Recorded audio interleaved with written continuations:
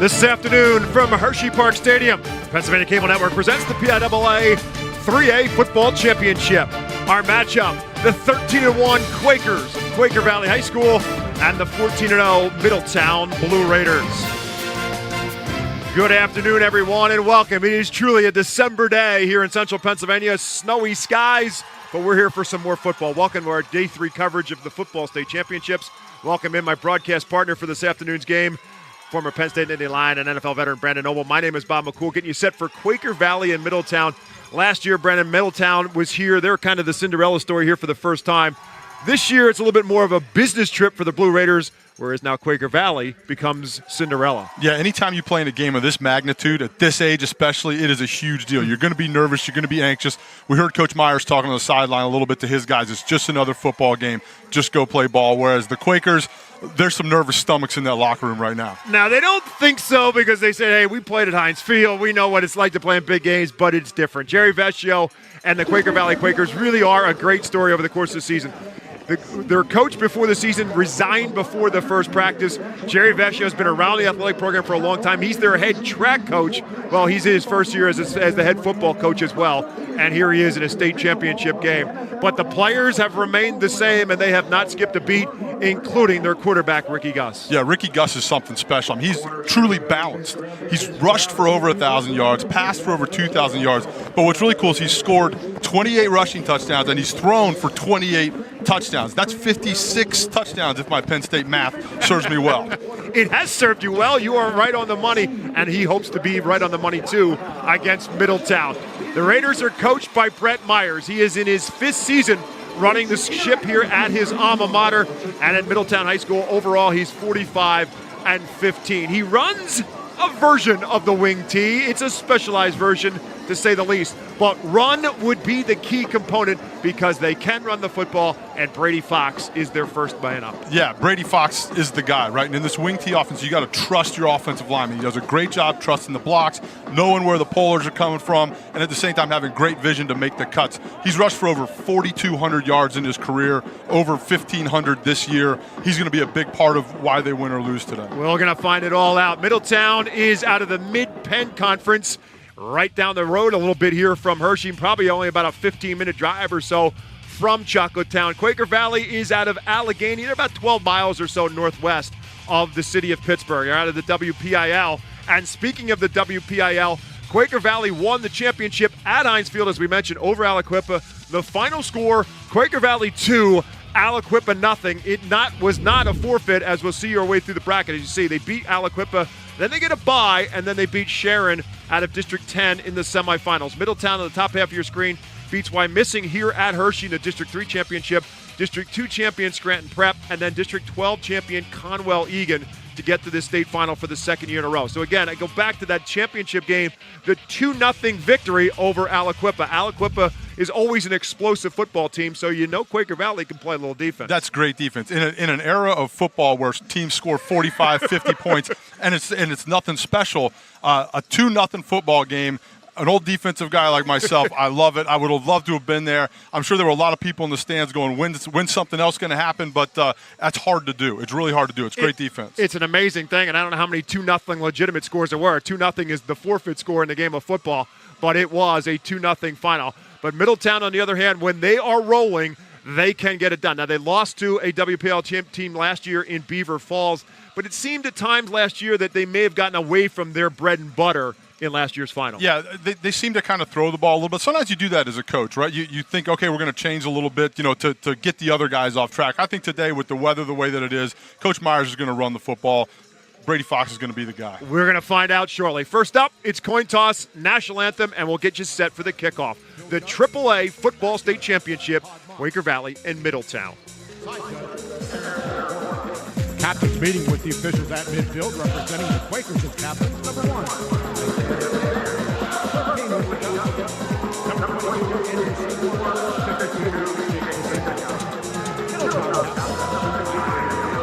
Today's ball game, Quaker Valley, you've won the toss, you've elected to defer, is that correct?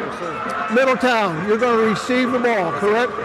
You're going to defend this goal and kick this way. Would you line up right here? Middletown, line up right there. start today's ball game. Quaker Valley has elected to defer.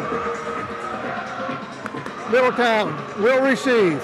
Guys, shake hands. Bring them out. We're ready to go.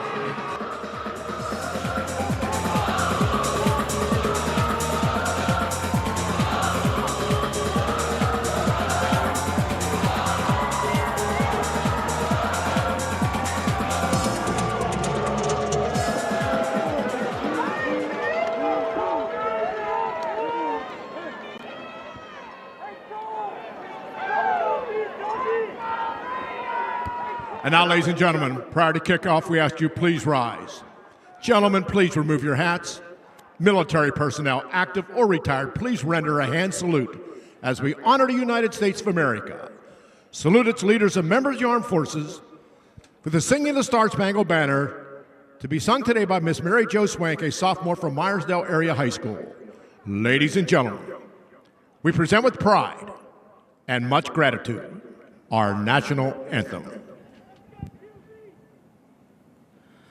Oh, say, can you see by the dawn's early light what so proudly we hailed at the twilight's last gleaming, whose broad stripes and bright stars through the perilous fight o'er the ramparts we watched were so gallantly streaming, and the rocket's red glare, the bombs bursting in air, gave proof through the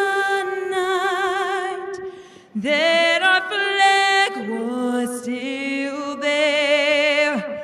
Oh, say does that star-spangled banner yet wave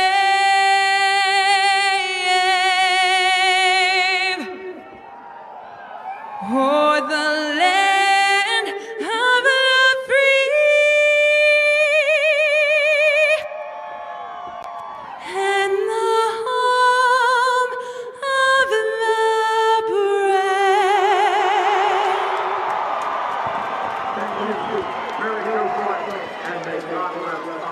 Quaker Valley 13-1. Middletown is 14-0. Again, this is the PIAA State Championship. Before we get it underway, we check in. Keeping I'm so sure oh so warm on the sidelines is our Meg Bolger.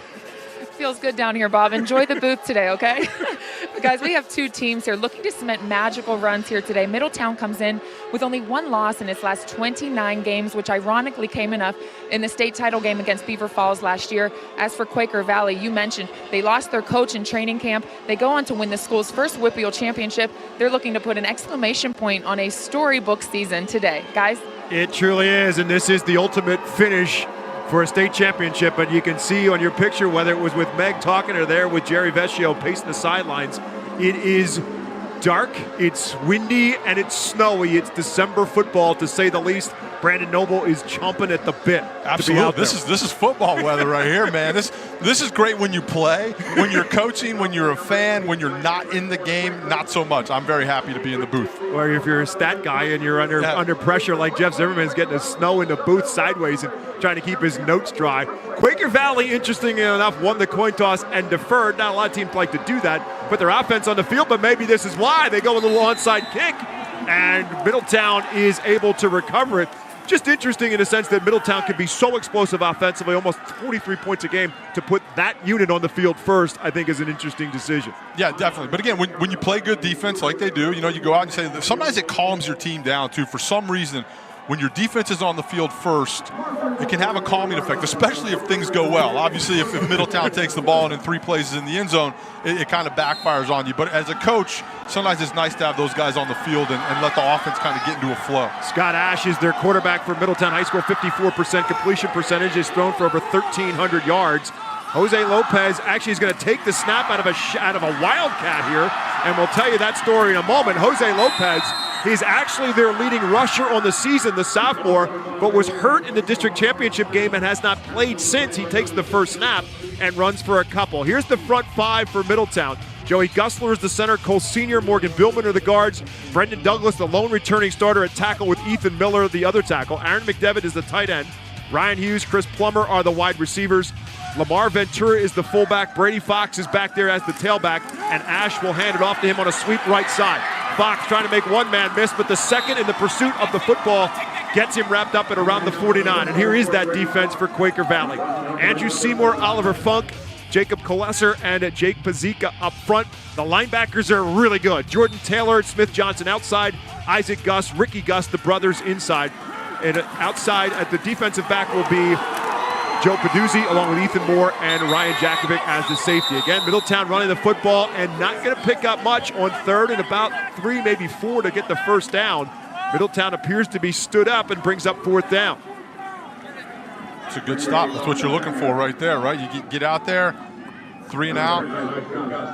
And looks like Brady Fox. This would be something to watch today, right? As the weather gets like this, Brady Fox put that ball on the ground. And again, when you run the ball as much as these guys do, you cannot give the ball up. You can't give the Quakers an extra possession like that. Now, obviously, they're going to have to punt the ball here anyways, but that's a great stop right there. Good start. Ryan Hughes will punt, and dropping back to return for Quaker Valley is Jordan Taylor. And now we're getting an official penalty flag thrown before the snap of the football. And obviously, it's going to be interesting. If it's against Quaker Valley, it would give Middletown the first down. We'll get the call here. Prior snap. Approach it.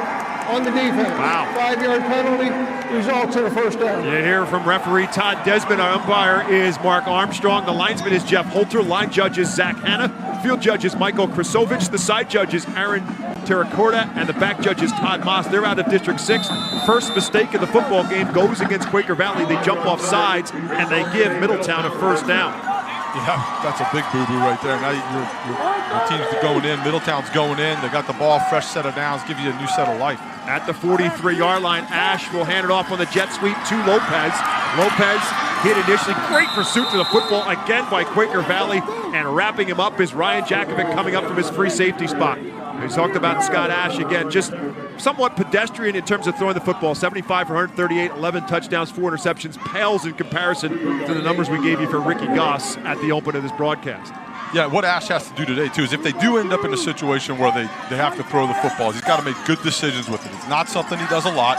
They want to run the ball. So keeping the chain short, right, getting into 3rd and medium, 3rd and 2, 3rd and 3 is what they want. They're at 2nd and 8 right now as Lopez goes in motion right side to left. He wants to throw for the first time, looking for Plummer. Plummer trying to make a sliding catch, cannot do so.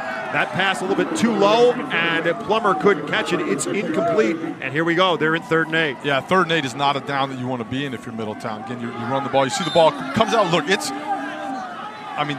ball's on the ground, behind him a little bit. Ash, that one slipped out of his hands. Again, you can see it on the screen. The snow is coming down. It's wet outside. It's cold. This is a day to run the football. Ventura, the fullback, is winged to the right. Trey Leach is split right. Actually, it's Kyle Truesdale who split right with Ryan Hughes in the slot, and Plummer split left. And some confusion now. We're getting a timeout call from Middletown as the Blue Raiders a little bit out of sync right now, and they call the timeout. Not quite sure which page of the playbook they want to be in on 3rd and 8. Well, sometimes when you're in an offense like this, finding that play for this down and distance, it's not always there, So it's definitely something. The other thing is, look, nerves. Coach Myers, it's a business trip. It's just another football game. But those kids out there on the field, look, I never played in a state title game, but I played in some big ones. And it catches up to you, especially that first series. After the first series, things seem to smooth out, usually. Well, that's have something to do with it. That very well could be the case. Don't forget, we got more football game coming your way tonight, the 6A championship game. Great anticipation of this one. Pine Richland out of the WPIAL. St. Joe's Prep out of the Philadelphia Catholic League. The Hawks, the defending state champion. We'll have that one for you. 6 o'clock is kickoff time by then. Skies will be clear. It'll be sunny and warm. Just a hunch. Weather people can get away with being wrong. Why not me? Might as well. Throw my hat in the ring. 3rd and 8 at the 41-yard line of Quaker Valley is Middletown. Scott Ash from the shotgun with Brady Fox sidecar to his left. Tyre Mills is now in there. He goes in motion. All kinds of time, and now running out of time, and Ash goes down. Sacked by Jordan Taylor back near midfield. Brought a little pressure there. Brought Jordan Taylor. You can see him at the bottom of your screen off the outside. He gets motion away, and nobody blocks him. Right, he has a free run at Ash there. Does a great job. Ash almost got around the corner there, but that's a great job by Jordan Taylor, clipping that ankle and getting him on the ground, 4th and long. It's a good recovery by that defense after kind of a silly penalty on the last 4th down to get him into another 4th and long situation. That's a good job. And here's what makes high school football great. The guy that just had the sack now becomes the punt returner. You don't see that a whole lot at a lot of other levels. Here's Ryan Hughes, great athlete, will punt. And a line drive kick that Taylor cannot field on a hop, and it will roll and keep on rolling on the turf and keep on rolling on the turf all the way down to about the 5-yard line. Well done by Ryan Hughes. Turns into a 45-yard punt, and as a result of that, Quaker Valley will start their first possession deep in their own territory. It'll come with 8 minutes and 39 seconds left to go in the first quarter, and they'll start at their 5. Brandon talked a little bit about the numbers for Ricky Gus, and they are out of this world in a lot of ways. He can run, he can throw, and he's done a lot of both over the course of the season. A rare commodity, 2,000 yards passing and 1,000 yards rushing. And we'll see how, in fact, he can get his team out of an early hole here. It's nothing, obviously, with Quaker Valley getting the football for the first time, starting actually at their own 6-yard line. Gus will take the snap in the shotgun. 2 receivers each way with Jordan Taylor, his tailback sidecar to his right. And now Gus wants to run to his right. Now he's going to stop. He's going to throw. He's going to throw it deep, and nobody's home. Over the head of everybody, Tyre Mills back there defensively for Middletown. Up front for Quaker Valley, protecting Gus, Jake Pasica is the center. Josh McGee and George Franczyk are the guards. Oliver Funk and Xander Burnett are the tackles. Smith Johnson gets the start here at the wide receiver spot, along with Ethan Moore, Joe Paduzzi, Ryan Jakovic at the wide receiver spots. Taylor, we mentioned, at the tailback spot. Missing, and clearly missing, is Isaiah McNair, perhaps one of their most dangerous wide receivers. Yeah, beyond Ricky Gus, Isaiah McNair has really been a lot of their offense, and I think that, how does Jordan Taylor pick up the slack there? Paduzzi, those guys. They go to Taylor. He breaks a tackle on Jordan Taylor. Going to turn this into a first down run out across the 20. We'll take a quick look at the Middletown defense. Trayvon Johnson and Adonis Tavares are the ends. Joey Gussler and Cole Sr. are the tackles. Antonio Gamble, Blake Jacoby, Gage Radabaugh are the linebackers. Kyle Truesdale, kind of that strong safety / outside linebacker position. Tyre Mills, Devin Martin are the corners with Trey Lease as the safety, but Jordan Taylor busts one loose for a first down out to the 23-yard line after a 17-yard run. 1st and 10 now for Quaker Valley. They get out of the hole a little bit that they were in back at the 6, and now they're at the 23 with a fresh set of downs. They'll put Moore in motion on the jet sweep. Good job of stringing it out. Moore breaks a tackle or two, but Middletown, good pursuit to the football after about a 4 or 5 yard pickup. Yeah, that's a great job. They got Moore around there on that jet sweep, right? What you want to do is get around the corner, get outside the defense, and get upfield. You're going to see him come across the front. Ricky Gus here gets around. It's a great job out on the edge. Again, not a lot of guys making plays, but then you see what they do is they hold him up and let Blake Jacoby get there as he pursues from his inside linebacker spot. Moore still is able to get 5, however, on first down to put them in a 2nd and 5. Moore is now slot to the left with Petruzzi to the outside. Johnson and Jakovic inside, and Gus pays for it. A little bit of a high snap, and the penetration by Middletown drills Ricky Gus back at the 24-yard line. That was a great job. Antonio Gamble comes scot-free off the edge there. Middletown was bringing a little bit of pressure from the looks of things, and that high snap, you see it here, throws the timing off. Again, that's another part of the game right there that you don't think about. When you're playing a lot of shotgun, the quarterback-center exchange on a day like today can get a little dicey. And so now it's 3rd down and 9 after the 4-yard loss for the Quakers. Again, 2 receivers each way. And Gus will hand this one off to Taylor, and Taylor runs right into the teeth of the Middletown defense. And they will wrap him up and bring him down. Trayvon Joseph in there to help out on that tackle right at the line of scrimmage, and it's 4th down. That's a great stop right there. You go to Jordan Taylor, you got the big run, to get you out of the hole. It makes sense on 3rd down. Just be smart, play some field position right now, flip the field, have a good punt, and hopefully pin Middletown on the other side of the 50 and keep them down there. Ricky Gus also punts for Quaker Valley. Tyre Mills and Trey Leach are the return men back for the Raiders, who stand to get pretty good field position. But before we do that, another flag is thrown. This is going to have to be a numbers issue, I would think, because nothing has happened as of yet. I'm going to start counting heads now and see if we got 11 out there. There is no foul for too many men in the field. Offense was good. They're good. That's that Penn State math we were talking about a minute That's ago. exactly right. Is that 11 or is that 12? No, that's 11. We're good. Pick up the flag. So they got it right. They'll punt. Gus the punt. And again, it's Mills and Leach back there. And they use that rugby style like Middletown does. And it's Leach on the return, trying to make the first man miss and cannot. It's Jakovic on the tackle. Jakovic, excuse me, on the tackle. And a flag thrown immediately right around that spot. This might be on the block, trying to get Leach free. We'll see what this flag is all about. You know, what's interesting about that is when you've got Ricky Gus as your punter and you got 3 wide receivers down at the bottom and you run in that rugby-style punt, there's the threat of the pass there. There's the threat of the fake. As a defensive coordinator and a special teams coach, you got to think about that. It's not an easy return situation. Especially when it's the quarterback who's doing it. It's one thing if it's a different player, but it's a quarterback. Block in the back on the return team. 10-yard foul from the spot of the foul. First down. And that will take us to a timeout on the field. 6 minutes and 3 seconds remaining. Both teams have had a possession, no points on the board. We'll be back with more from Hershey live on the Pennsylvania Cable Network.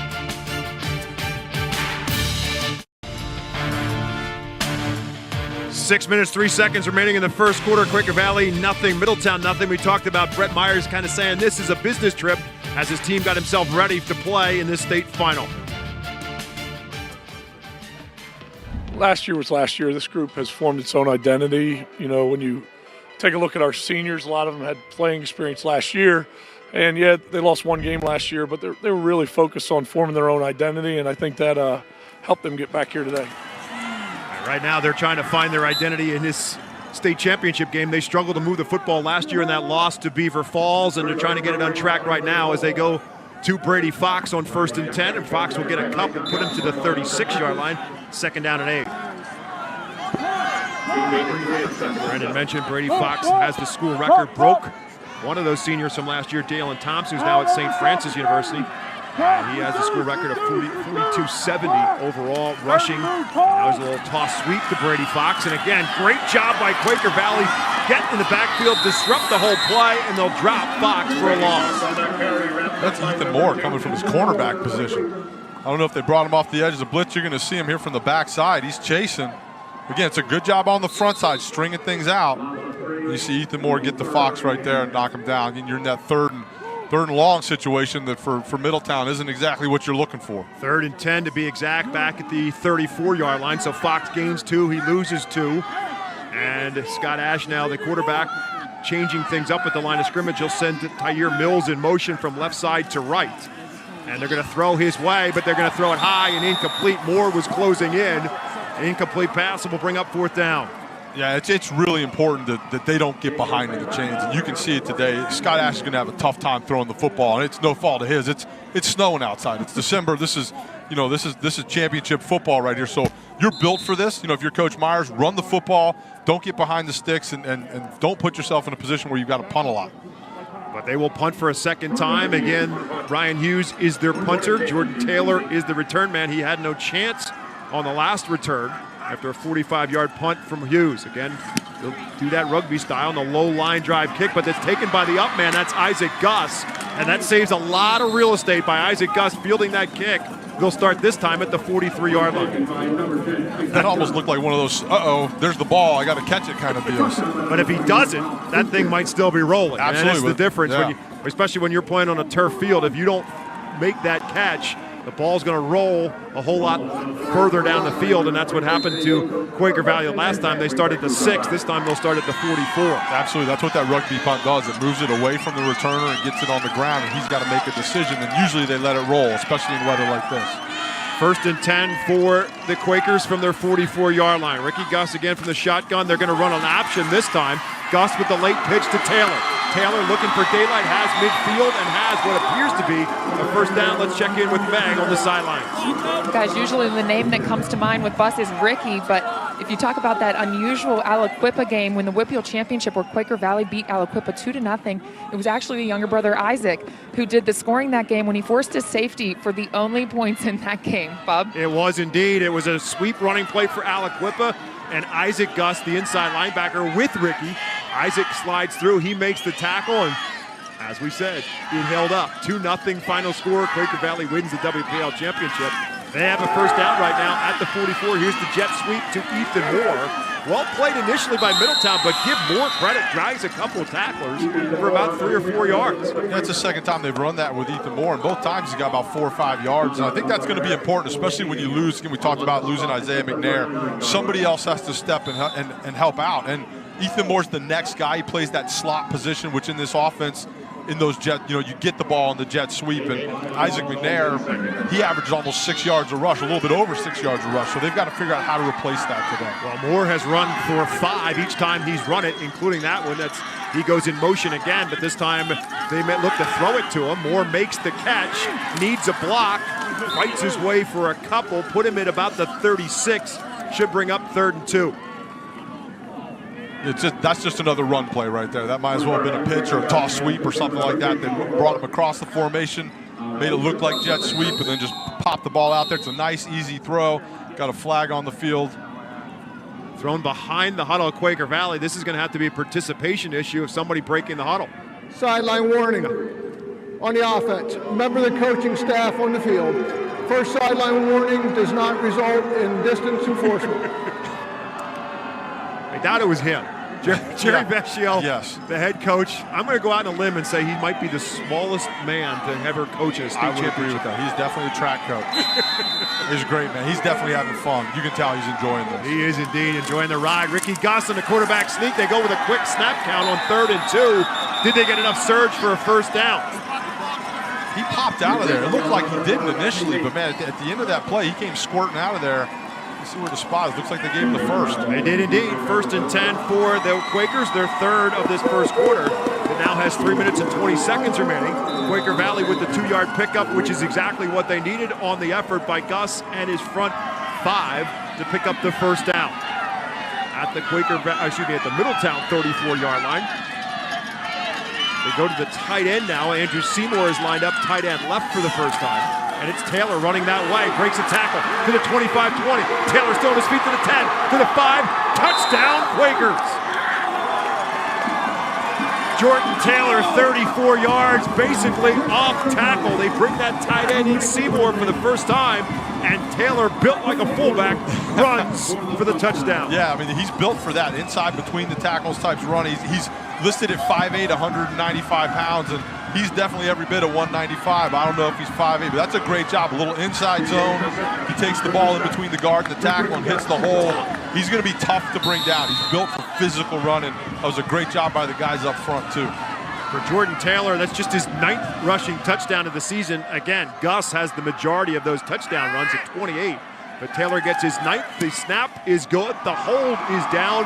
And the kick is good. Quaker Valley strikes first in the AAA state championship game. 2:57 left to go in the first quarter. And the Quakers on the scoreboard first at 7-0. Jordan Taylor with that touchdown run, 34 yards again on the play. And a relatively short field to work with. It turns into a 56-yard drive. Takes them just 5 plays to get there. They did a good job mixing it up. A little bit of pass, but outside, inside. Again, when you're running those jet sweeps and you're running the ball outside, that opens the middle of the defense up. And then, again, they brought the tight end in. They brought Seymour in. All of a sudden, now we're going to run it in between the tackles with our fullback/tailback Jordan Taylor, and he barrels his way for a big touchdown. Find us on Facebook, Twitter, and Snapchat at PCN TV and cheer on your team using hashtag PCN Sports. So what you're really saying is, in a lot of ways, is this is Quaker Valley showing not just power but speed as well, because that jet sweep keeps everything honest by spreading the field. Absolutely, and what it does is it makes that Middletown defense respect everything on the outside, and it opens the inside up. And so it's a good play call, right? It's a balance, and that's what they are. They're balanced, right? Looking at Ricky Gus's stats, he's balanced. Literally 28 touchdowns. You know what I mean? So it's a really unique thing, and they did a great job. It's a good job by the OC making some great calls. If you look at the stat column, in addition to what Gus does running the football, and again, over 1,000 yards as we talked about, and the 28 rushing touchdowns, he's had the most of the glory with the 28 touchdowns, but Taylor isn't that far away from the 1,000-yard barrier. He's at 930 coming in. Well, he's almost there now. He's at 60-plus yards on the day. He is actually over 1,000 yards. So they're going to have 2 guys in the backfield. Both the quarterback and the running back are over 1,000 yards. Yeah. And balanced football is the key, especially to win this time of year. And again, on a day like today, you got to do a little bit of both in order to be successful. We'll see if Middletown can get their offense going right now. They trail now 7-0 with 2 minutes and 56 seconds to go in the third quarter, or the first quarter, excuse me. They have it at their own 41-yard line. And they go back to Jose Lopez. Again, Lopez was essentially a game-time decision. It was a knee issue, hurt in the district final against Wyomissing. Had not played in 2 state playoff games, but out there to start this game and runs for about 4 there. Yeah, it's good to see Lopez out there, right? Anytime you've got a guy like that that's such a big part of your team and a big part of your offense, and you lose him late in the season, you lose him in the playoffs, you'd love to see the fact that, just for that kid that he's out on the field today. Again, just a sophomore. He's actually their leading rusher on the season, although Fox, as we said, is the school's all-time leading rusher. And he is back out there at the tailback spot, and they fake the hand up to him, but Ash put the ball on the ground, picked it back up, throws it high, and it's going to get picked off. The ball floats on him, and it's intercepted. Back there to pick it off was Joe Peduzzi with the pickoff for Quaker Valley, and the Quakers have it right back at the 45-yard line. And Peduzzi's playing because McNair's not out there playing corner, and that's we were talking to Coach before the game. And you're going to see Ash here getting in the fake. He loses the ball. He's got 3 Quakers on top of him, and he rushes the throw, tosses it up there right to Peduzzi, who actually slipped and then came back and made a really nice play. And he's at the 45-yard line with the interception, and just the 5th of the year for Scott Ash. But a big turnover gives it right back to the Quakers at their own 45-yard line. Again, they lead it 7-0. Isaac Gus is in there now as the slot receiver, and they'll hand it off, and the Middletown is waiting for him. Well done again by stringing it out, and Devin Martin gets the first contact all the way back at about the 40-yard line. Yeah, Devin Martin did a great job. The whole front, right, as a defense, they did a great job, stringing things out. But you're going to see Cole Sr., number 62, chase this thing down from the backside, which is pretty impressive for a big D tackle to get out there on the edge and make a play. Spoken like a guy who's played that position. 5-yard loss on the play makes it second down and 15. Smith Johnson goes in motion. They fake it to him. Gus wants to throw it, looking high, looking for Jakovic, who makes the over-the-shoulder catch. Or did he? No, juggling it all the way into the Middletown bench. They're going to say he never was able to get position. Ryan Jakovic tried to make the Willie Mays-style catch, but could not hold on. That was a little boot action there. They ran a little play-action pass. You get Ricky Gus out on the edge, and he had some pressure in his face. And Jakovic right there, you see, right at the end, the ball rolls out. That was almost a great catch. It was indeed. For a moment, it looked like Jakovic had it. But as you see, he comes down to the ground and the ball pops loose. And so it's now 3rd down and 15 for Quaker Valley. Jakovic and Smith Johnson are to the right side. Moore and Peduzzi are to the left. Gus looking left all the way, looking for the home run, looking for Ethan Moore, but that too will float over his head and out of bounds. Again, you always have to contend yourself with the wind here at Hershey Park Stadium, and that one floated on Ricky Gus out of bounds. And there is a penalty flag at the line of scrimmage. We'll see what this is all about. Face mask against Middletown. So that had to come up front somewhere along the line in the blocking scheme based on where that flag was thrown. Probably hands to the face. Probably somebody trying to rush the passer. Got his hands up in a cage. 5-yard face mask on the defense. 5-yard penalty, repeat 3rd down. Well, the good news, it's only the 5-yard variety, because if it's the 15-yard variety, it's 1st down. So it will remain 3rd down now, and 10 coming up for for Quaker Valley, back at the 45-yard line. Yeah, and again, it doesn't kill you because it's not the 15-yard variety, but you've also now given Ricky Gus another opportunity with the football, a little bit less distance to travel. 3rd and 15, 3rd and 10. Those are different downs. You have a different set of plays that you can run now for the offensive coordinator to call. Moore and Jakovic this time are on the right side, with Isaac Gus in the left slot. Peduzzi split left, looking across the middle, looking for Moore. It's in and out of his hands. Also in and out of the hands of Trey Leach. If Trey Leach holds on to that football, he's still running. Yeah, Trey Leach knows it too right there. That was a great break on the ball. It's going to be tough to throw the football. You're going to see Ricky Gus get that ball out there again. Slips out of Ethan Moore's hands. Oh, and then it slips right out of Trey Leach's hands. He knows it. That was 6 points. a lot of times in championship games, again, everybody can downplay this is another game, it's a visit trip yet. But as you said, it's a state championship game. And usually when guys are jacked up a little bit, when quarterbacks are jacked up a little bit, they're throwing high. And that's what we've seen so far today, both from Gus and Ash when they have thrown the football. Here's Leach again trying to return it. Great job by this time by Isaac Gus on special teams to wrap him up. Again, wind is obviously also an issue. But generally, when guys are a little too bit jacked up, they're throwing high, and that's what we're seeing today. Absolutely. The ball's gotten away from both of these guys a couple times today. And again, as the game goes on, they should settle down. But I think as an offensive coordinator, the thing you have to do is you have to start throwing, passes that are a little bit shorter, little flare passes, slants, nice, easy 5-yard outs to kind of give your quarterback some confidence, settle them down a little bit, and then open it up. Gus 1 for 4 with that glorified running play, as Brandon said, for 3 yards. Scott Ash 0 for 3 with that pick. They gave Quaker Valley that football. Back to the running game. Big hole for Brady Fox. Breaks a tackle. Fox has a first down and more. Brady Fox to the 45 and finally brought down across midfield. Brady Fox with a 31-yard first down run. That's what he does, right? They've done kind of the same thing. It looks like they're going to go a little bit of tempo here too, and this is something that they do. But this is a great job by Brady Fox. Hits it north and south right now, bounces off a tackle, and they're going. And they go right back to Brady Fox, and Fox slips through a couple more tackles, still on his feet, and brought down finally at about the 43. When teams go no huddle, as Middletown's doing right now, most teams throw the football, but theirs is a hurry-up, run-based offense. Yeah, that's tough to deal with sometimes. You can get pretty winded as a defensive player, and a lot of these guys have to play on both sides of the ball, at the 3A level especially. So, that can catch you, and it'll catch up to you over the course of the game, too. 6 more for Brady Fox to put them at the 43-yard line, 2nd down and 4. This time it's Lopez who comes in and gets the call around the end on the sweep. He'll get the first down, and then add that into the equation that not only are they getting winded on defense, but now they've got 2 different running backs they can use. Yeah, that's huge right there. Having Lopez back in the game right now for the Blue Raiders is a big deal, because now you can run Brady Fox 2 or 3 times, then you can give it to Lopez, and you can bounce it back and forth, and guys don't get as tired. We got a guy down over there on the far side of the field. There is a Quaker Valley player down on the play, and I believe we also may have a penalty. Sideline warning on the offense. Remember the coaching staff on the field. First sideline warning does not result in a distance enforcement. So each has had their warning. Yep.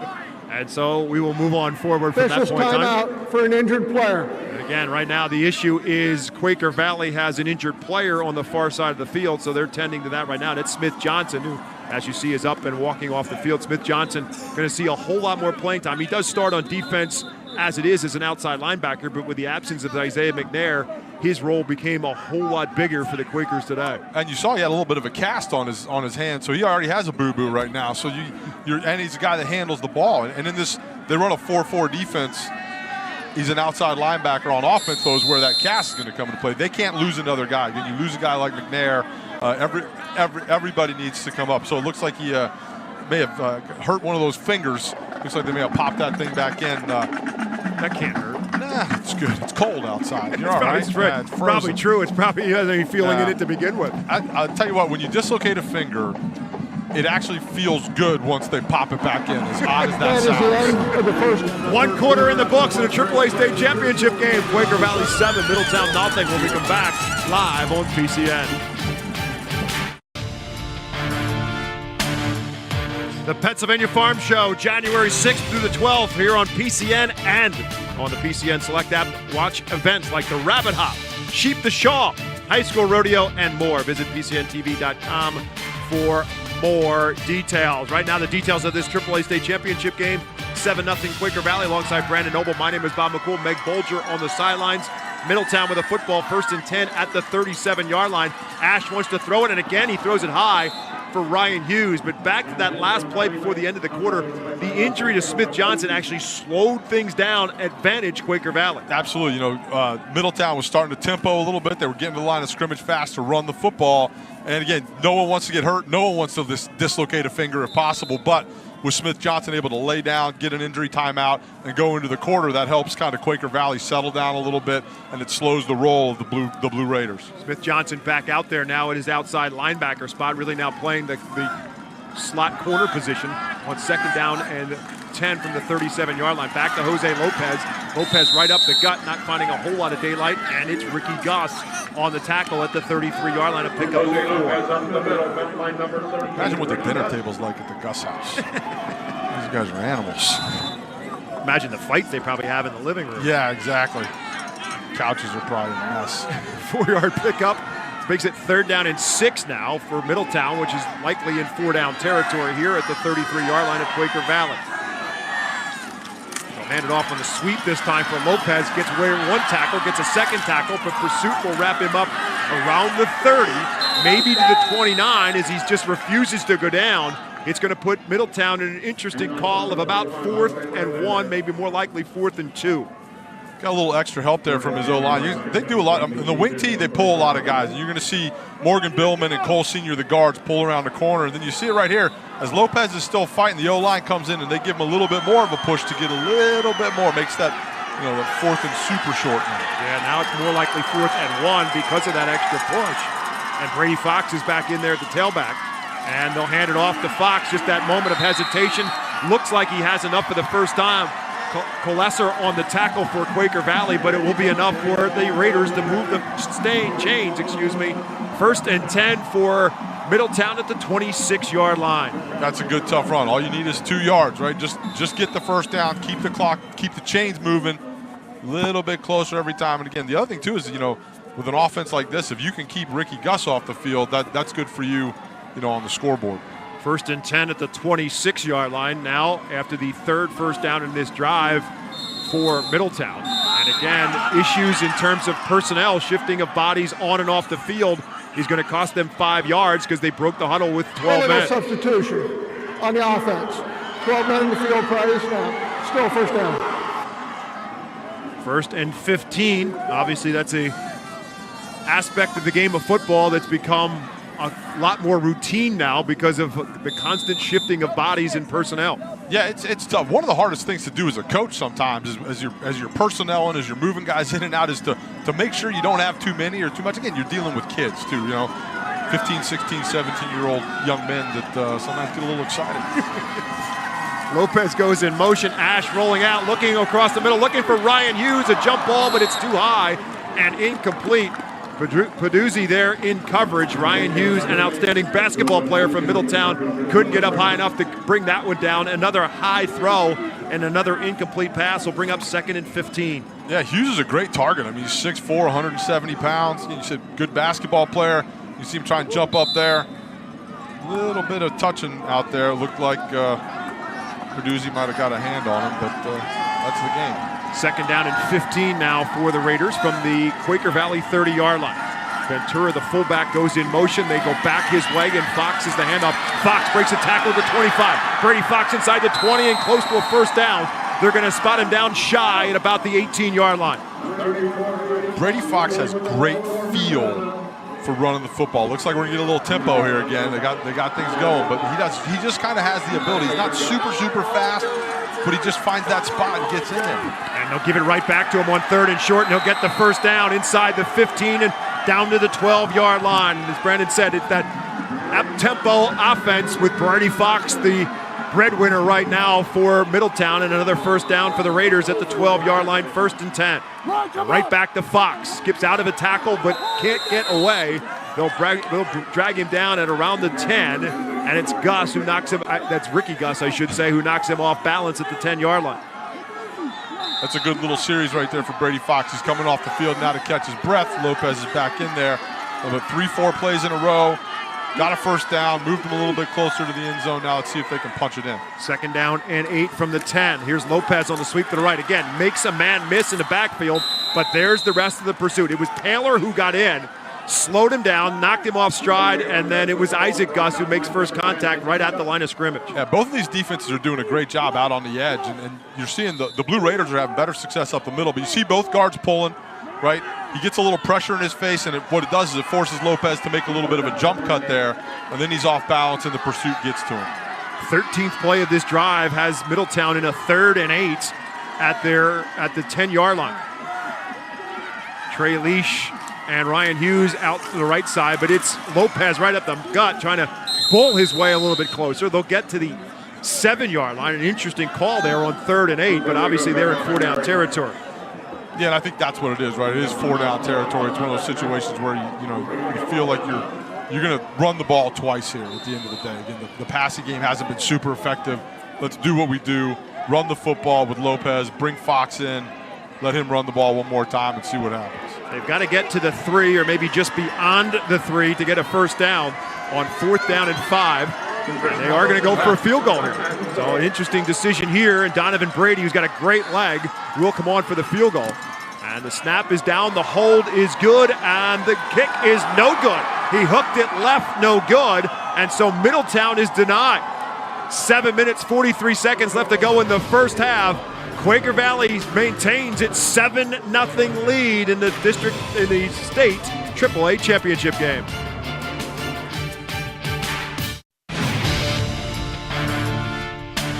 Seven 0 Quaker Valley leads Middletown midway through quarter number 2. Don't forget, more football comes your way tonight. We'll kick off the final game of our 3 days of high school football state championships and finish off the fall scholastic season right back here tonight, 6 o'clock behind Richland and St. Joe's Prep. And I say fall for a particular reason because we're in winter right now. All you got to do is look at the screen and see the snowflakes falling. Quaker Valley gets the football back starting from their 20. And Ricky Gus wants to throw, has a man, but overthrows. Streaking down the field with a step on the defense was Ethan Moore. Actually, let me correct myself, that was Ryan Jakovic streaking downfield, but Gus overthrows him incomplete. Oh, he had him too. They ran that little jet sweep look off the front with Ethan Moore, and Jakovic's running down the field, and it's just Ricky Gus wishes he had that one back right there. That was 6 points. And speaking of points, how about Middletown? Gave 14 plays, 73 yards, eat up 5.5 minutes off the clock. That's Middletown football. Difference is they do not finish with any points. They come up empty. It remains 7-0. They fake the jet sweep to Ethan Moore. The ball's loose. Middletown hits Gus in the backfield, and the ball is on the ground. And it looks like Quaker Valley and Gus recovered his own fumble. All the way back now to the 11-yard line. Yeah, they got a little boot action here. They're going to roll him out. But what's been really interesting, I've been watching the Middletown defense, and they've been bringing a lot of edge pressure. And then that edge pressure caught Ricky Gus right there. He wasn't ready for it. He turned his back to it, and all of a sudden he's got somebody in his face. Kyle Truesdale, who got through, coming through. Again, he plays, in Penn State terminology, they used to call that that rover position. Rover, yes. The strong safety / outside linebacker, and that's what he is in this Middletown defense. And as a result of that, Gus is in a 3rd and 19. He's going to try to take matters into his own hands and cannot. And it's Truesdale who makes the tackle on him again, this time at about the 16-yard line. And Quaker Valley is going to have to go a three quick plays and a punt. So Kyle Truesdale with back-to-back big plays. He was the Mid-Penn Capital Division Defensive Player of the Year, and Ricky Gus would vote for him right now after what happened in the last 2 plays. Yeah, they're doing a good job mixing things up. And again, when you've got a guy like Ricky Gus back there with the ball, Coach Myers and his staff have put together a little bit of some change-ups, right? Bringing pressure from different spots and not letting him get comfortable. And so now he will punt the football. And again, with that line drive kick that Leach will field on a hop at his own 45. Gets a block. He's at the 40. Makes a man miss. He's at the 30. Trey Leach at the 20 to the 10 to the 5. Touchdown Middletown. 55 yards on the punt return, and the Raiders are on the board. Oh, that third element of the game of football, special teams is what they call it, and Trey Leach with a special punt return. Yeah, he gets a good little block there. Trey Leach does a great job. They kicked the ball into the hash, right? He basically brought the ball all the way across the field, lined up some great blocks, and then does the rest with some good speed on a tough day out here for special teams. Kicking, throwing, those types of things. Let's keep the ball on the ground. And now back onto the field to attempt the extra point is Donovan Brady. Chris Plummer is the snapper. Scott Ash is the holder, and the kick is good. 5:59 left to go now in the first half. We are even. 7-7 is our score. And Brandon, we've talked about that rugby-style kick. Some people like it, some people hate it. Those who hate it will tell you that's why. Because if they field it on the hop, they're running full speed. Absolutely, they're running full speed. And the other thing is, there's not a lot of hang time on it. so your coverage doesn't get down there, right? So all of a sudden that ball's on the ground. You look, all those guys for Quaker Valley are still up near the line of scrimmage, and now you got Trey Leach running around the corner with a lot of blue shirts in front of him. Again, it's one of those things where when it works and you believe in it, it works, but you get in a situation like that, it's tough. There's no hang time at the end of the day, so your coverage unit doesn't get down the field. That is a great call. And it was Tyre Mills, his fellow returner back there, who got that first block. And you get that first guy off the return man, and now he's got some room to run. And Trey Leach and the convoy takes him into the end zone to even our score at 7-7. So disappointment for Middletown that they had that drive that came up empty. They went for the field goal, missed it. That they get the ball back on special teams and tie the score with 6 minutes left to go in the first half. We're even. 3 men deep for Middletown, or for Quaker Valley, it's not going to matter. Donovan Brady, who has the big leg, he hit a 49-yard field goal earlier this season. He missed that 24-yarder, and I think he's mad. He just took it out on the football. He boomed that one over everybody's head. Yeah. And so no return for Quaker Valley. That was a good kick. That's what they needed. Again, you have Jordan Taylor back there, some guys that can run the football. You know, on a day like today, it's those little things. And in a game like this, right, the biggest game of the year, sometimes that third unit, right, the special teams unit comes up really, really big. We've seen a missed field goal. Right now we saw a punt return. Those are things that add up over the course of the football game. Kovic, Smith-Johnson split to the right. Moore, Peduzzi split to the left for Ricky Gus, who hands it off to Jordan Taylor. Jordan Taylor's had a good start to his day, but not so much this time. Middletown clogs things up, giving 3 to the 23. This is a big drive right here for the Quakers. They need to move the ball a little bit, keep their defense off the field. And they need to, obviously, they need to score some points. But I think the other thing, too, is you need to get Ricky Gus going a little bit more. And tough day to throw the football, but whether it's in the zone read game, some quarterback run, kind of open things up for him a little bit. Yeah, they won that district championship game 2-0, but they can score. They average just under 38 points per game. They put up 43 last week against Sharon. Here's Gus keeping it himself. Gus makes a couple people miss, and he'll turn it into a first down run, picking up about 11 to the 34-yard line. There's that zone read, right? What it does is it makes the defense have to control an extra gap, right? Because there's an extra blocker, there's an extra fit. And when you've got an athlete like Ricky Gus who can run, and you get him out on the edge, and you've got guys that aren't looking at him because they're covering people or getting blocked, you get big plays. First down and 10 now at the 34-yard line. 5th first down of this first half for Quaker Valley. Not surprisingly, all of them on the ground. There's not been a success for either team throwing the football yet, but Gus is trying to change that here. Can't find anybody open, buys himself some time. Now he heaves it downfield. It's a jump ball, and it's caught. Making the adjustment, making the catch is Ethan Moore, and he's going to take it home. 66 yards, touchdown, Quaker Valley. That was a great adjustment by Ethan Moore. That ball was way underthrown by Ricky Gus. He wasn't able to set his feet. He was outside the pocket. He threw up a prayer, and Ethan Moore answered it. And then actually, because the defender slipped and fell, he was able to score some points. You're going to see him get out there, and he gets a little bit of pressure here. He's got Cole Sr. chasing him down. He's not able to set his feet. The ball's underthrown. Ethan Moore's able to come back for the football, does a great job adjusting, and then finishes it off. There are people who believe that what's gone on so far for the crew from Quaker Valley, that they are a team of destiny. You look at that play and you start to believe yourself. And now Landon Grant Sr. will come on for the extra point. Jake Pasika is the long snapper, and Ricky Gus also does the holding, and the extra point is good. 4:47 left to go, and Quaker Valley with the answer. They're back ahead, I should say, 14-7. Yeah, and those big plays, right? One big play answered by another big play. You have the punt return. Here comes. Look, he does. They're moving the pocket a little bit. They move it a little bit. Gets a little pressure in his face, and he's not able to set his feet. That ball slips out of his hands, underthrown. Defender goes down. Ethan Moore makes a great adjustment, jogs into the end zone. In 20 years at the reunion, Ricky Gus will tell you he threw a dime for that touchdown pass in the state championship. Oh, you should have saw the pass I threw. Ethan Moore makes a great job with the adjustment and takes it home for the touchdown. Yeah, at the end of the day, nobody knows how pretty or ugly it was. It just goes on the board. And so now can Middletown respond? The Raiders still have a ton of time left with 4 minutes and 47 seconds left to go. And as we've been telling you, Middletown can score points, and they can score them in bunches. So plenty of time left yet for the Raiders. And I guarantee you that Jerry Vecchio knows that. What an interesting conversation we had with him. Again, John Tortilla, was the head coach. Resigned before the first practice. Jerry Vecchio, been around the athletic program for a long time. He's the track coach. And they asked him if he would take over. He said, okay, I will.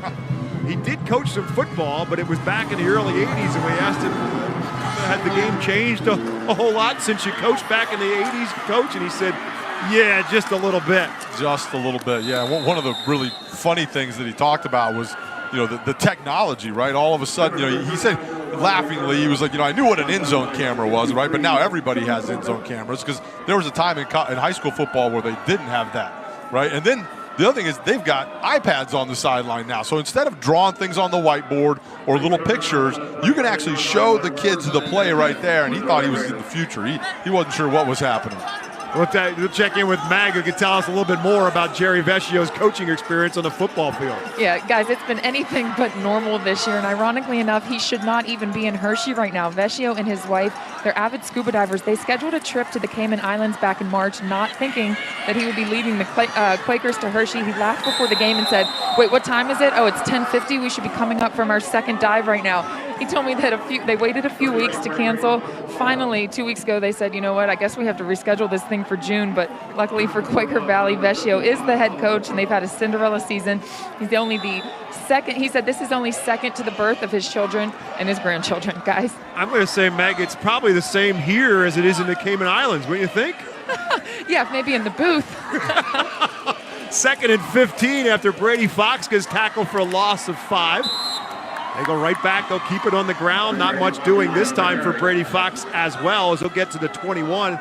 Gets a couple of the 5 yards back. Give him to the 21 to get him 3. Puts Middletown, again, in situation they don't want to be, 3rd and 12. Yeah, this is not a good down. And Scott Ash is having a tough time throwing the football. Again, it's a weather issue. And they're built to run the ball. That's what they want to do. And it's hard to find a run play that gets you 12 yards consistent. Scott Ash making the adjustments. He'll put Tyre Mills in motion, their most dynamic athlete. And look to see if they throw his way, and they do. Mills with a step, the pass underthrown, and he cannot make the adjustment. They put him in motion. They try to find him down the field, but the pass underthrown and incomplete. Yeah, that's just a tough down for a wing T style offense to get, 3rd and 12. You're going to see Ash here heaves the ball up there, and they get down under it and just wasn't quite able to come up with that. And again, that's a 1st and 2nd down issue. You've got to get a little bit more yardage on 1st and 2nd down, so you're not in 3rd and 12 if you're the Blue Raiders. And so now if you're Quaker Valley, you're in a prime position. You already lead the game, and you're about to get the football back, and you can get it in pretty good field position, and it's going to get better because Ryan Hughes mishit this one off the side of his foot, and it's going to be a very short kick and a very short field for Quaker Valley to work with. They'll start at their own 34-yard line. That's a 13-yard punt. This is a big stand right here this defense is going to have to make, because football really is a game of momentum. And when you look at kind of the Quaker Valley was able to answer that punt return with a quick touchdown, and that's brought momentum back to them. And so really what they need right now is they need to hold Quaker Valley to 3 points or no points, get out of this half, and start fresh on the other side. I'll take you back to the coin toss where Quaker Valley won and deferred, so they're going to get the football to start the 3rd quarter as well. And Ricky Gus taking matters into his own hands, making people miss. Still on his feet, a 1st down run all the way down to the 20, 14 yards on 1st down. Yeah, that's what they need to do, right? Get him going. You may not be able to throw the ball, even though you had that really nice, beautiful pass to Ethan Moore that they scored on, right? But this is the other thing that Ricky Gus does really well, right? He runs the football. And it's such a problem for defenses, right? Because now you've got to account for another guy in the blocking scheme, another run fit, and somebody always has to have their eyes on Ricky Gus. In the history of the WPIAL, only 4 players have done what Ricky Gus did this year. That's throw for 2,000 and run for 1,000. And here he throws for more, and it's Ethan Moore, a little slant in. The ball came loose, but they're going to say he was down, and Moore actually will get spotted down at about the 7-yard line. That's another 1st down and goal to go on the little slant into Ethan Moore. Yeah, that's a great play call right there. 2 reasons. Number one, gets him a first down, so it looks good. But the other thing is it's a nice, easy pass, right? Nice 6-7 yard pass, quick slant to a big target in Ethan Moore. Again, it gets Ricky Gus going, just in the passing game too. Ethan Moore, all 3 completions so far for Gus on the day, and Gus will keep it himself to the 5, to the 3, to the 2, to the 1. Did he get in? Touchdown. No, they're going to spot him down right at the 1 yard line. Ricky Gus did not get in. His teammates were signaling touchdown, but the guys in the black and white jerseys are the judge and the jury. It's 2nd and goal. It's an offensive lineman's job when they get down there close to the goal, and everybody just stands up and throws their hands in the air like it's a touchdown. It works. See if the ball doesn't come loose at the end here as he's stretching for the end zone. It did come loose, but he may have gotten it back in the scurry underneath. Doesn't matter now. Touchdown as they find Ethan Moore for the score. Quaker Valley adds to their lead. Touchdown again for Ethan Moore. Here it is. It's nice and easy. It looked to me like they brought a little pressure off the edge. And Rodabout doesn't get out there. He had Ethan Moore. Ethan Moore was standing in the end zone by himself. Nice easy pitch and catch there for Ricky Gus. Well, 2nd and goal inside the 1. Middletown thinking they're going to try to run it home, and instead they just toss it into the end zone for the score. Here comes Landon Grant to attempt an extra point. And that one's good as well. 1:54 left to go, and Quaker Valley does take advantage of that short field. They put it in the end zone, and they now lead at 21-7. Did they leave enough time on the clock for the Raiders with 1:54 to go?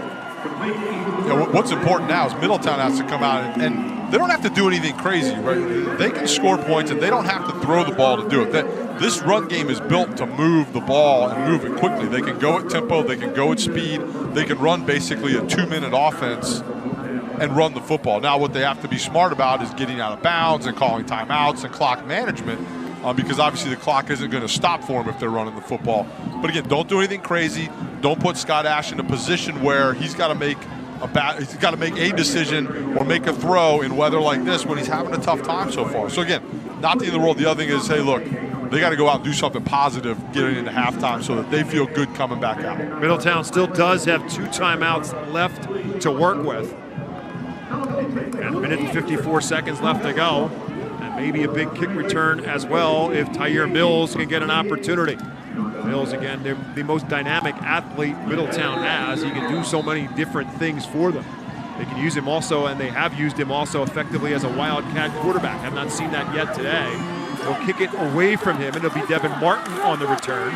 And Martin still on his feet. Martin's at the 35 and 40, and out close to the 45. So they do get the good kick return and a little bit of a shorter field to work with. 146 is what they will officially start this drive with, and they will do so again from their own 44-yard line, needing to get some points out of this. And again, although we missed one earlier, Donovan Brady does have the big leg, and even if it's a field goal, it would send them to the locker room feeling a little bit better about where they are right now, down 21-7. Absolutely, anything right now, touchdown, field goal, whatever it is, right? Just getting a little bit of momentum back, getting a little bit of confidence back, and not feeling like it's kind of things are falling apart on you as you roll into halftime. But they just had to call a timeout because they had 12 men in the huddle again, and they were bringing Ventura off the field, and Brett Myers knew it. So the choice is take the 5-yard penalty or call the timeout. So he had to call a timeout to avoid that penalty, and so that will cost them a timeout. Check in quickly before we get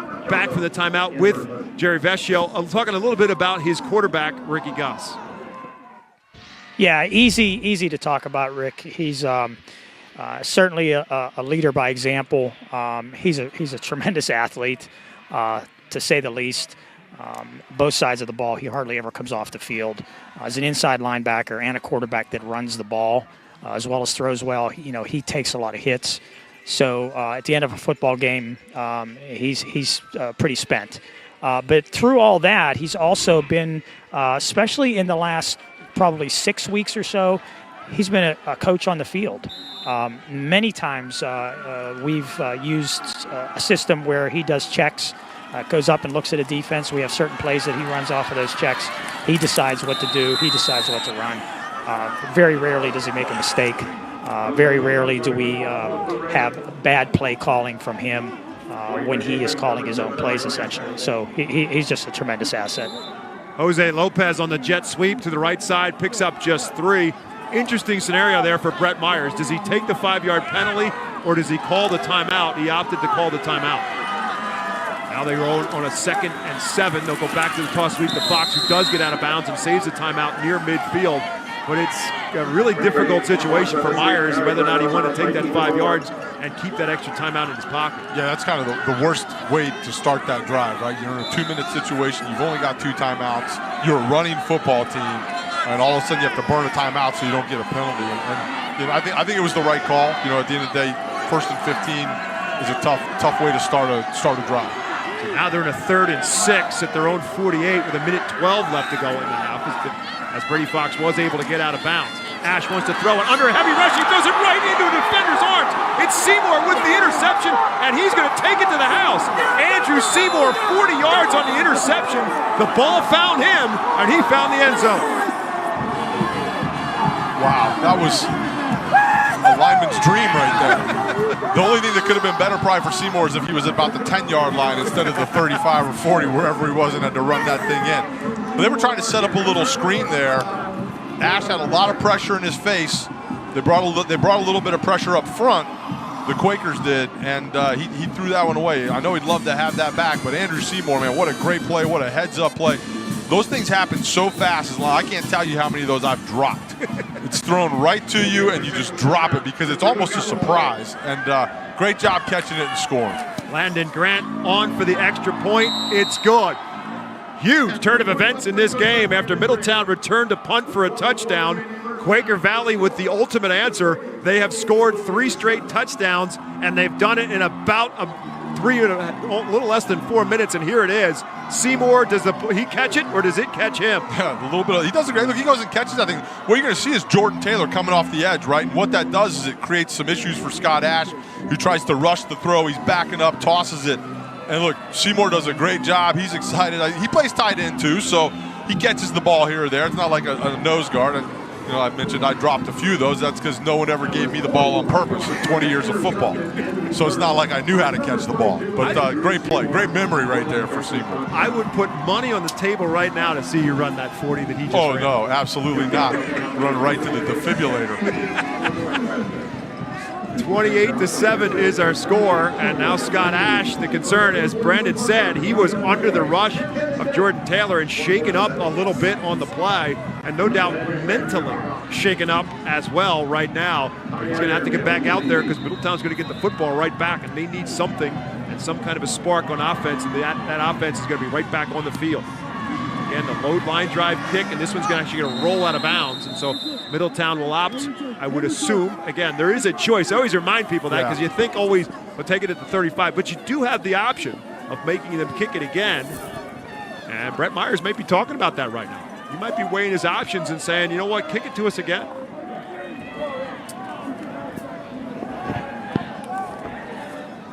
It's a 5-yard penalty.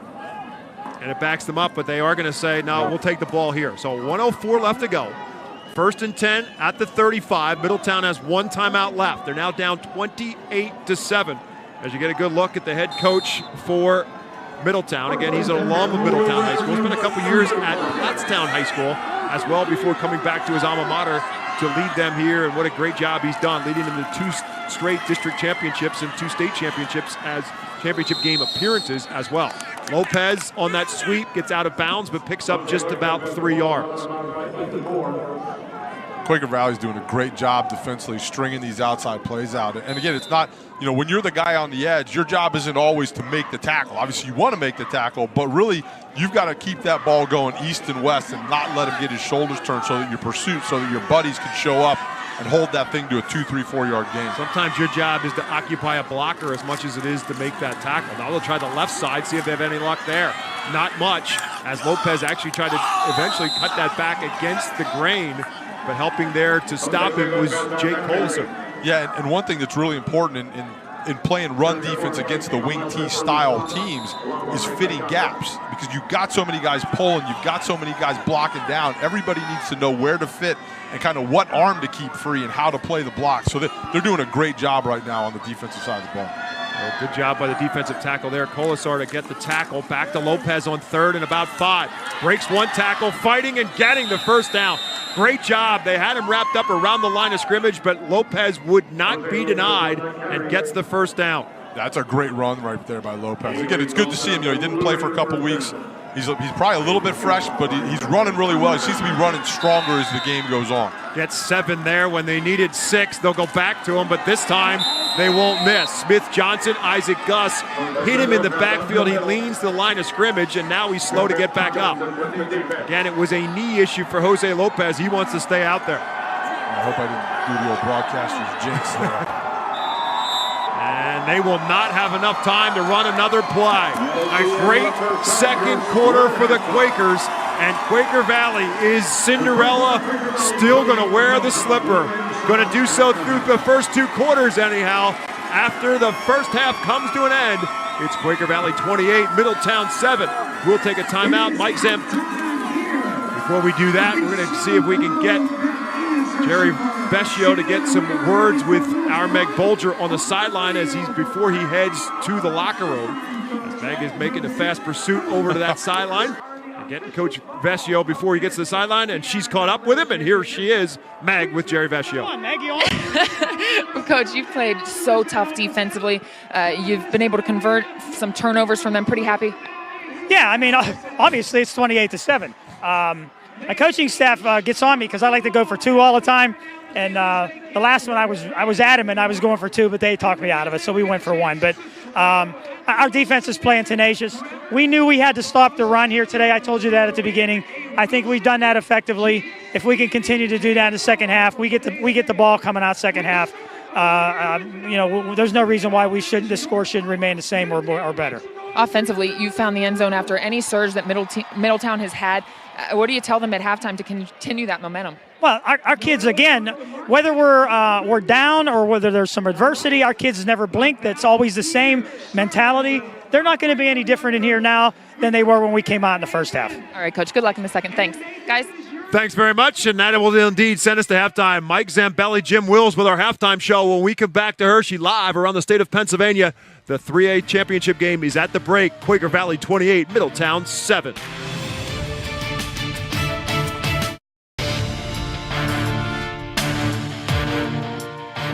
Now this is playoff football in the state of Pennsylvania. Little wet snow, little chilling temperatures.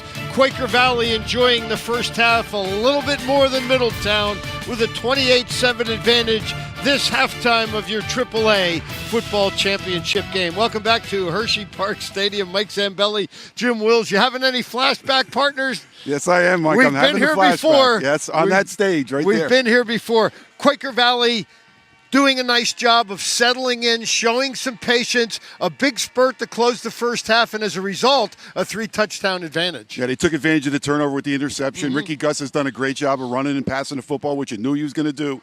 And he did a great job of being able to control the football, which the other quarterback, Ash, has not been able to do. For Middletown, not only haven't they trailed this year, forget about being down 3 touchdowns at intermission, this is really uncharted territory for them. Yeah, this is really not some place they've been this year. And they've been in this game last year, and they know the experience here, and it's just a tough position to be in right now for them. Let's take a look at the bracket now in the 3A tournament, and what a tournament it has been. First of all, looking at the upper part, Middletown getting by Wyomissing, a former champion in this tournament, and then getting the best of Scranton Prep.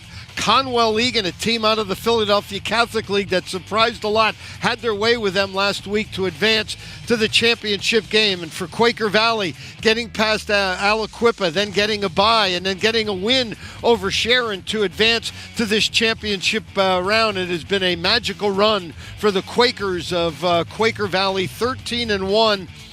Their overall record as we get a look at their overall schedule, and it included a win over North Catholic to start the year. I can barely read my notes. There's so much snow falling on them right now. A win over Beaver, Center Valley, Hopewell, Beaver Falls, Aliquippa, Seton LaSalle, Elwood City, and then, of course, on into the postseason where they beat Seton LaSalle again 40-7. That 2-0 win over Aliquippa, and then Sharon last week to get to this championship game. Yeah, they did a great job. After losing the beginning game to Aliquippa 22-7, they come back and get a second quarter safety in that game, Mike, to win that game against Aliquippa and the Whitfield Championship. First Whitfield Championship for them ever. 13-1 overall their record, and here is a look at the Whitfield 3A Beaver Valley division. And of course, Aliquippa, a well-known name historically in this tournament, has had great success, going 6-0 within the conference to win, but Quaker Valley able to overcome that and be in this championship game. Beaver, Center Valley, Hopewell, Lincoln, and again Beaver Falls their record. Well, let's take a look. We're going to take a look at the quarterback, Ricky Gus. Brandon Noble's been talking about the passing game. I thought Quaker Valley did a real good job in their play going, hey, you're not going to throw a 15, 20-yard out in this weather, but if you throw something down over the middle, something good could happen, and it happened for the Quakers. Yeah, no question about it. And this has been his MO all year. He's been able to throw the football whenever, and you can see that he hasn't really altered his game plan. He runs with the football as well, as we talked about, 1,000 yards on the season, fourth guy in Whitfield history to do 2,000 passing, 1,000 rushing, as Bob said. But the thing of it is, he's gotten to his man. There you see number 2, Ethan Moore, on the receiving end of that touchdown. He got one early, Mike, and I think that gave them confidence to be able to run their offense and do what they normally do. But his ability to run, dodge blockers, and get himself in good position to score, little flip over there to number 2, Ethan Moore, that was right when they got down at the end. And then, of course, the situation is he's been under control the whole time. Yeah, there haven't been a lot of spirals. I'm going to go again to Brandon Noble when he said he heaved the ball downfield, and I think that's where you can have some success in the passing game here this afternoon. We'll take a look at Middletown and their magical run to a return trip here to Hershey when we return. The PIAA halftime show continues with Quaker Valley leading 28-7.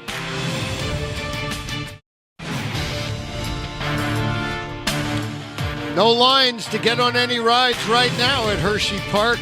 Pretty barren scene right there as the snow continues to fall. Quaker Valley with a 28-7 advantage. We mentioned, Jim, that Middletown has not trailed this year, let alone down 3 touchdowns here at intermission, and it just kind of got away on them a little bit. We've seen some strange things happen in this game, and for a 3-4 minute stretch, it didn't go their way in this first quarter. Yeah, you start thinking about things when you're involved in this game, and all of a sudden, before you know it, another turnover, another situation, another offensive opportunity. I caught him. Been a dominating year for them. Let's take a look at their schedule, and I think one of the things you want to look at is over their last 9 games, they have allowed just 45 points.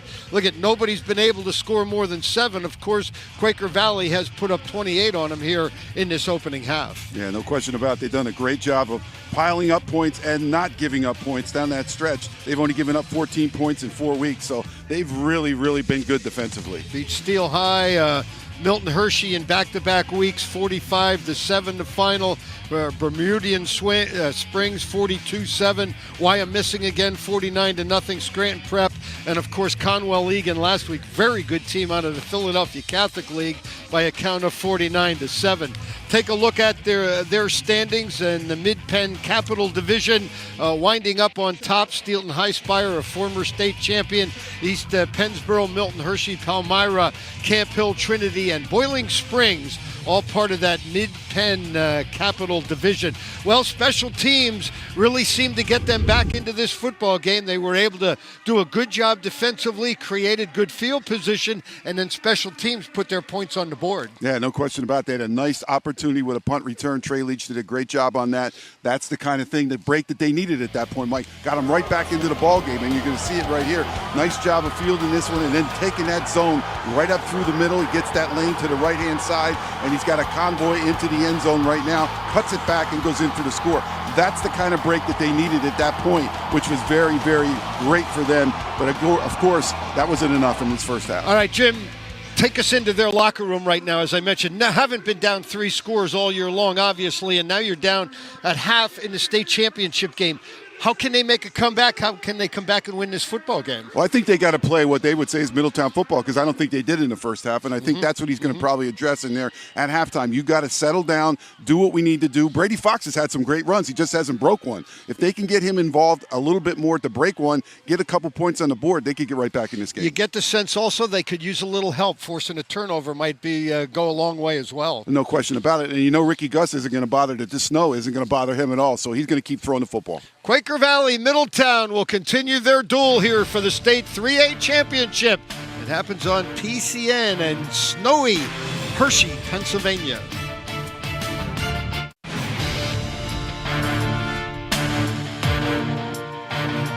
Halftime of the AAA State Championship game live from Hershey Park, right across the street from the roller coasters and the rides at our Hershey Park as well. 28-7 is our score. Middletown trailing the Quaker Valley Quakers in the 3A State Championship game. Alongside Brandon Noble, my name is Bob McCool. Quaker Valley, the Cinderella story continuing right now for the Quakers, and we kind of keep emphasizing that because it is an amazing story. Again, their coach quitting right before the season started, Jerry Vecchio stepping in, and here we are in the state championship game, and they've got the lead at the break. And so now it's going to be up to whether or not Middletown can make the adjustments. We're going to see if we can find that out. Meg Bulger has their head coach. Hey, Coach, what was your message to the team to come out here and just start playing Middletown football? Just to compete. That's what they've done all year. I wouldn't expect it any different now. Obviously, the first half didn't go the way we expected, but there are things that can be fixed. A few penalties, some turnovers in that first half. How do you get that offense back into rhythm?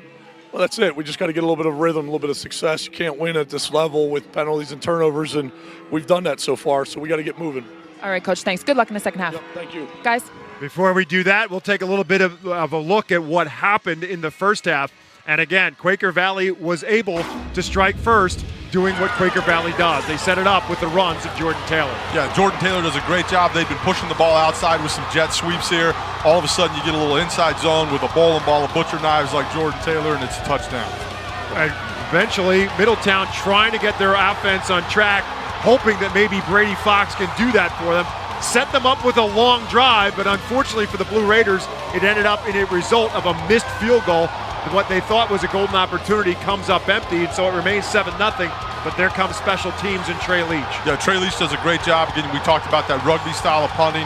He was able to take advantage of no hang time, get around the corner, got a lot of blockers in front of him, and it's a touchdown. And all of a sudden, we're even at 7-7. But Ricky Gus, maybe not looking like a dynamite quarterback, but it works to a charm to Ethan Moore. Absolutely. And look, he didn't set his feet. It wasn't a picture-perfect pass. Ethan Moore made a great adjustment and scores a touchdown. And so now it's back up on top 14-7, and they go right back a little dump off as they got the short field after Middletown had a short punt, and they take advantage of that. And then another turnover, and it's Seymour who comes up with the pick and turns it into 6.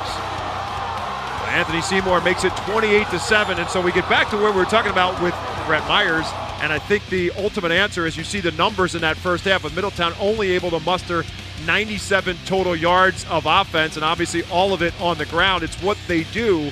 However, if you're Middletown, the word that Meg used I think is appropriate, rhythm. Yes. Not to get out of what they do, even though the score is not to their favor. No, and they're built to score a lot of points running the football. And that's what they need to do right now. They need to get back to playing Middletown football, run the ball, get some confidence, feed Brady Fox, let him get going, mix Lopez in there, take the ball, don't put Ash in a situation where he's got to throw the football, and then control the game a little bit more.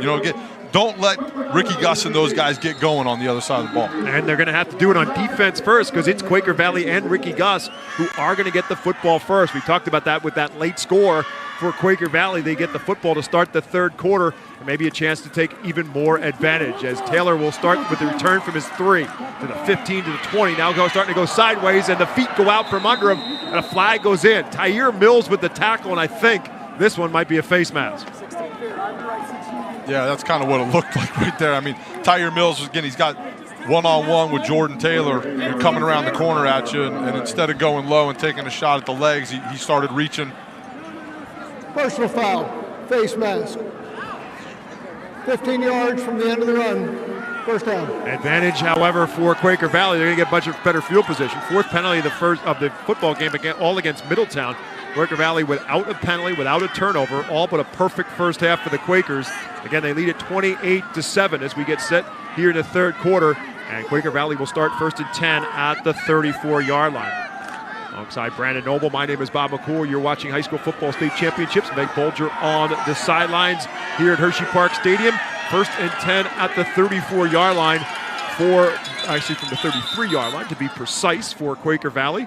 And in case you're wondering, watching live high school football coverage around the state of Pennsylvania on cable companies, we thank them for hooking us up and giving PCN to you around the state of Pennsylvania, but there's nothing wrong with your cable. That's not a snowy picture.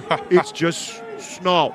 It is indeed a windy, snowy afternoon here in Hershey, Pennsylvania. As Gus will take the snap from the shotgun. He puts it in the breadbasket of Taylor and then takes it out and turns the corner.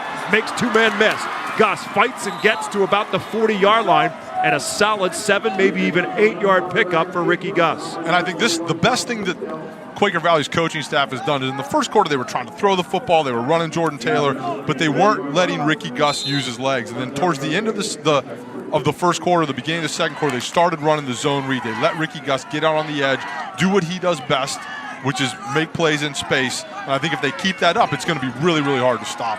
Gus now officially 8 carries for 33 yards with that 7-yard run. But again, some of that was sacks that took away from his rushing totals, but only 8 carries in the first half. Taylor with a pickup of a couple there, maybe only 1. They'll spot him down at the 42, and right out of the gate, it's 3rd down and about 1. If you're Middletown, this is a big spot here, right here. Yeah, this is huge right here, and it's one of those situations where as a defensive coordinator, you kind of got to decide, do you pick your poison, right? Do you send a little pressure, stop the run, and maybe open up some stuff at the back end, or do you play it straight? Gus will keep it himself, and Gus will get the first down, fights his way all the way across midfield, and down to the Raider 47-yard line. A first down for Ricky Gus and the Quaker Valley Quakers. Again, that zone read, when you've got an athletic quarterback that can run it, we got somebody down there. Official timeout, injured player. It's a Middletown defender that is down right now. That is Blake Jacoby, one of their inside linebackers. As you see Gus make the carry and go with it. Jacoby was in on that tackle and kind of got steamrolled a little bit. And so he is shaken up right now on the field. Jacoby, a senior inside linebacker for Middletown. What is basically a 4-4 defensive alignment with Kyle Truesdale, as we referred to him earlier, that kind of that rover position, whether you be a safety, if it's a team that's going to spread the field, if it's a linebacker with a team that's going to run it.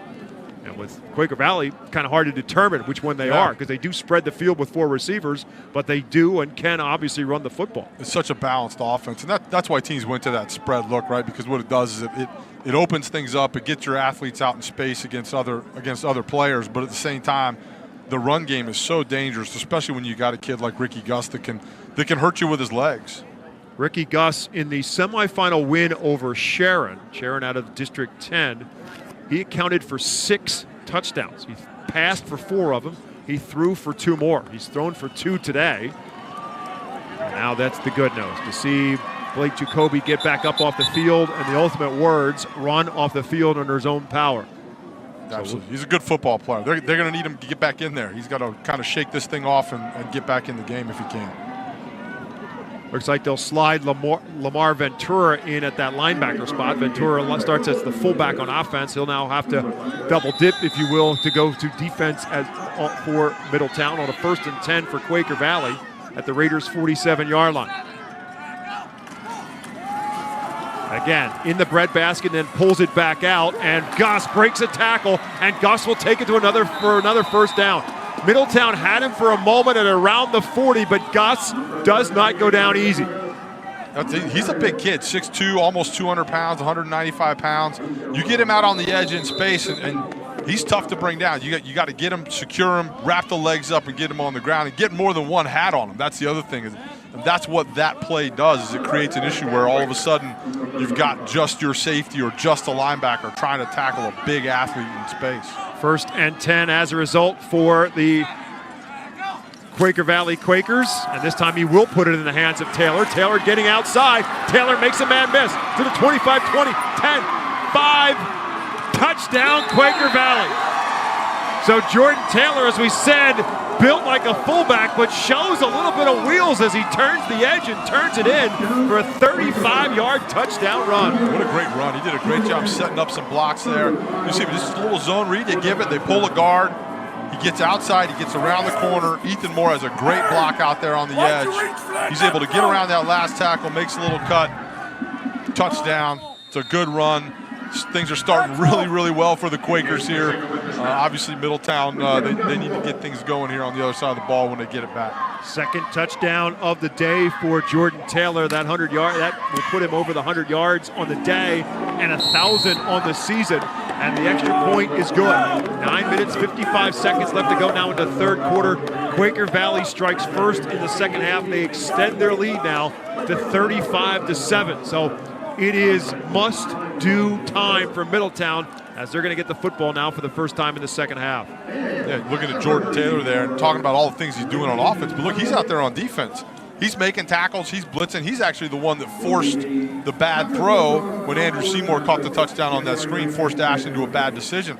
He's all over the place right now. That's one of the really fun things about high school football, right, is these kids, they don't specialize, right? And especially at the 3A level, right, the smaller school level, you've got to do everything. And they're on special teams, right? They're on offense, they're on defense, they do a little bit of everything, and it's fun watching that. It's fun watching guys like Jordan Taylor play football. And you've coached at the college level. Obviously, you've had to recruit as a coach at the college level. And you get back to what you're talking about with Ricky Gus.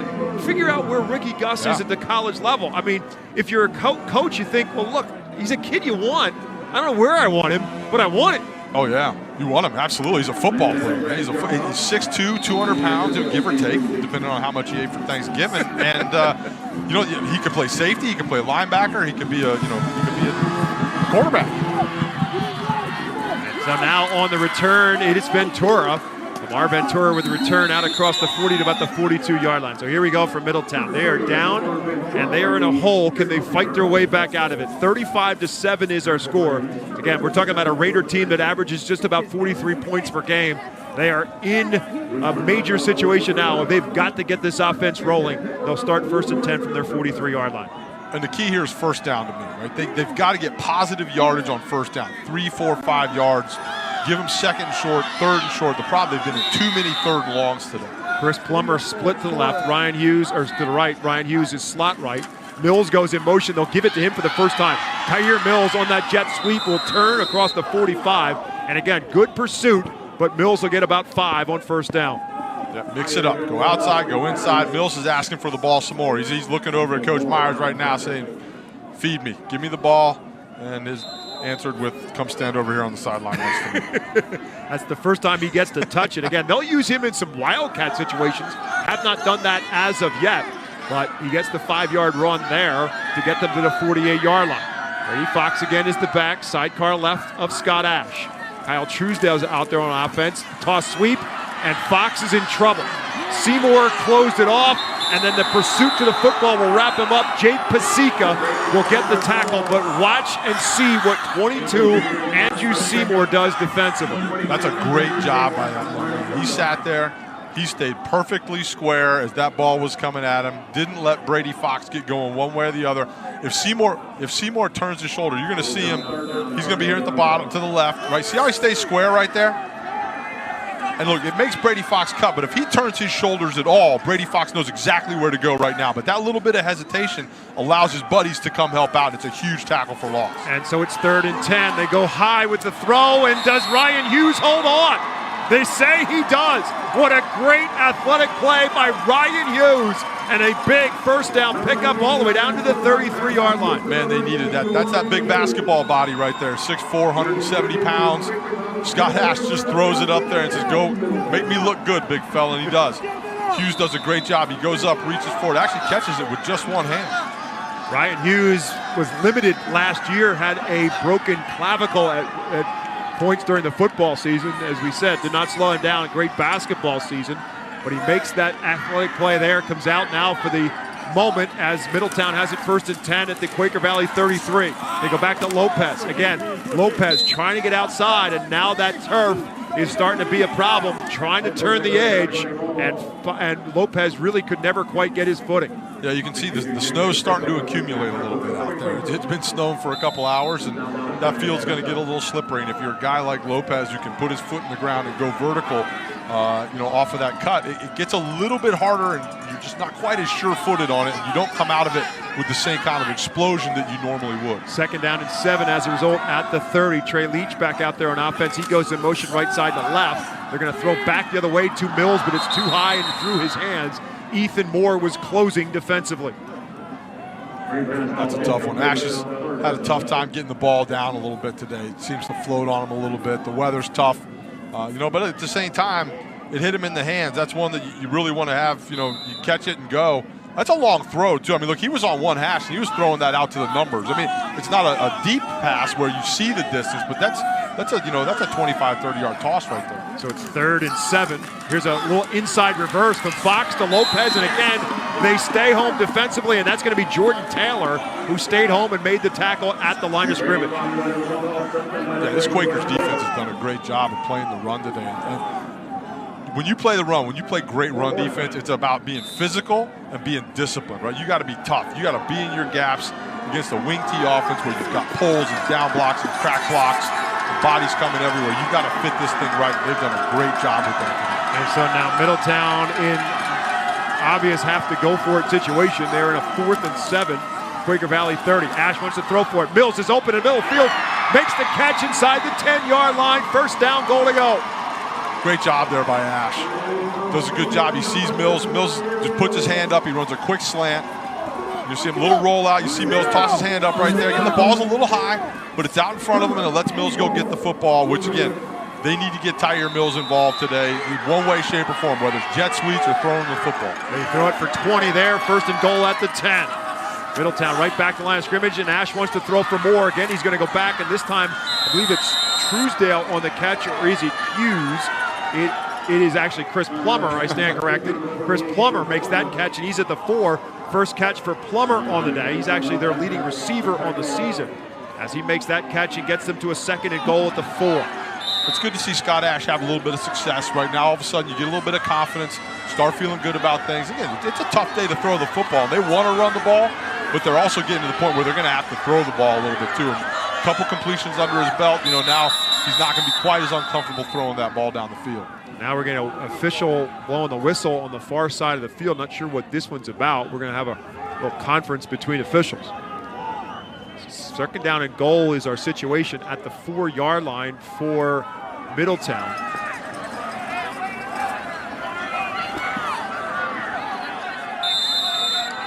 So they'll resume play, and here we go on 2nd and goal at the 4. Fox, not happening. First one to make contact, quarterback / linebacker Ricky Gus. Loss a yard back to the 4. It's 3rd and goal.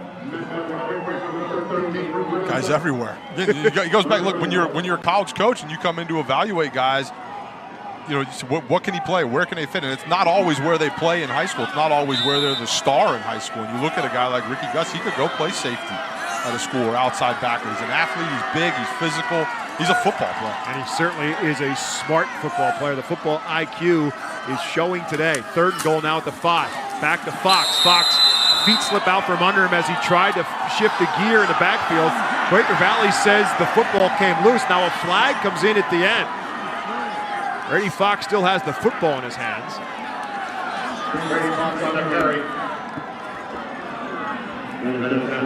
Let's find out what the flag is all about first and foremost. Fox was down back at the 7.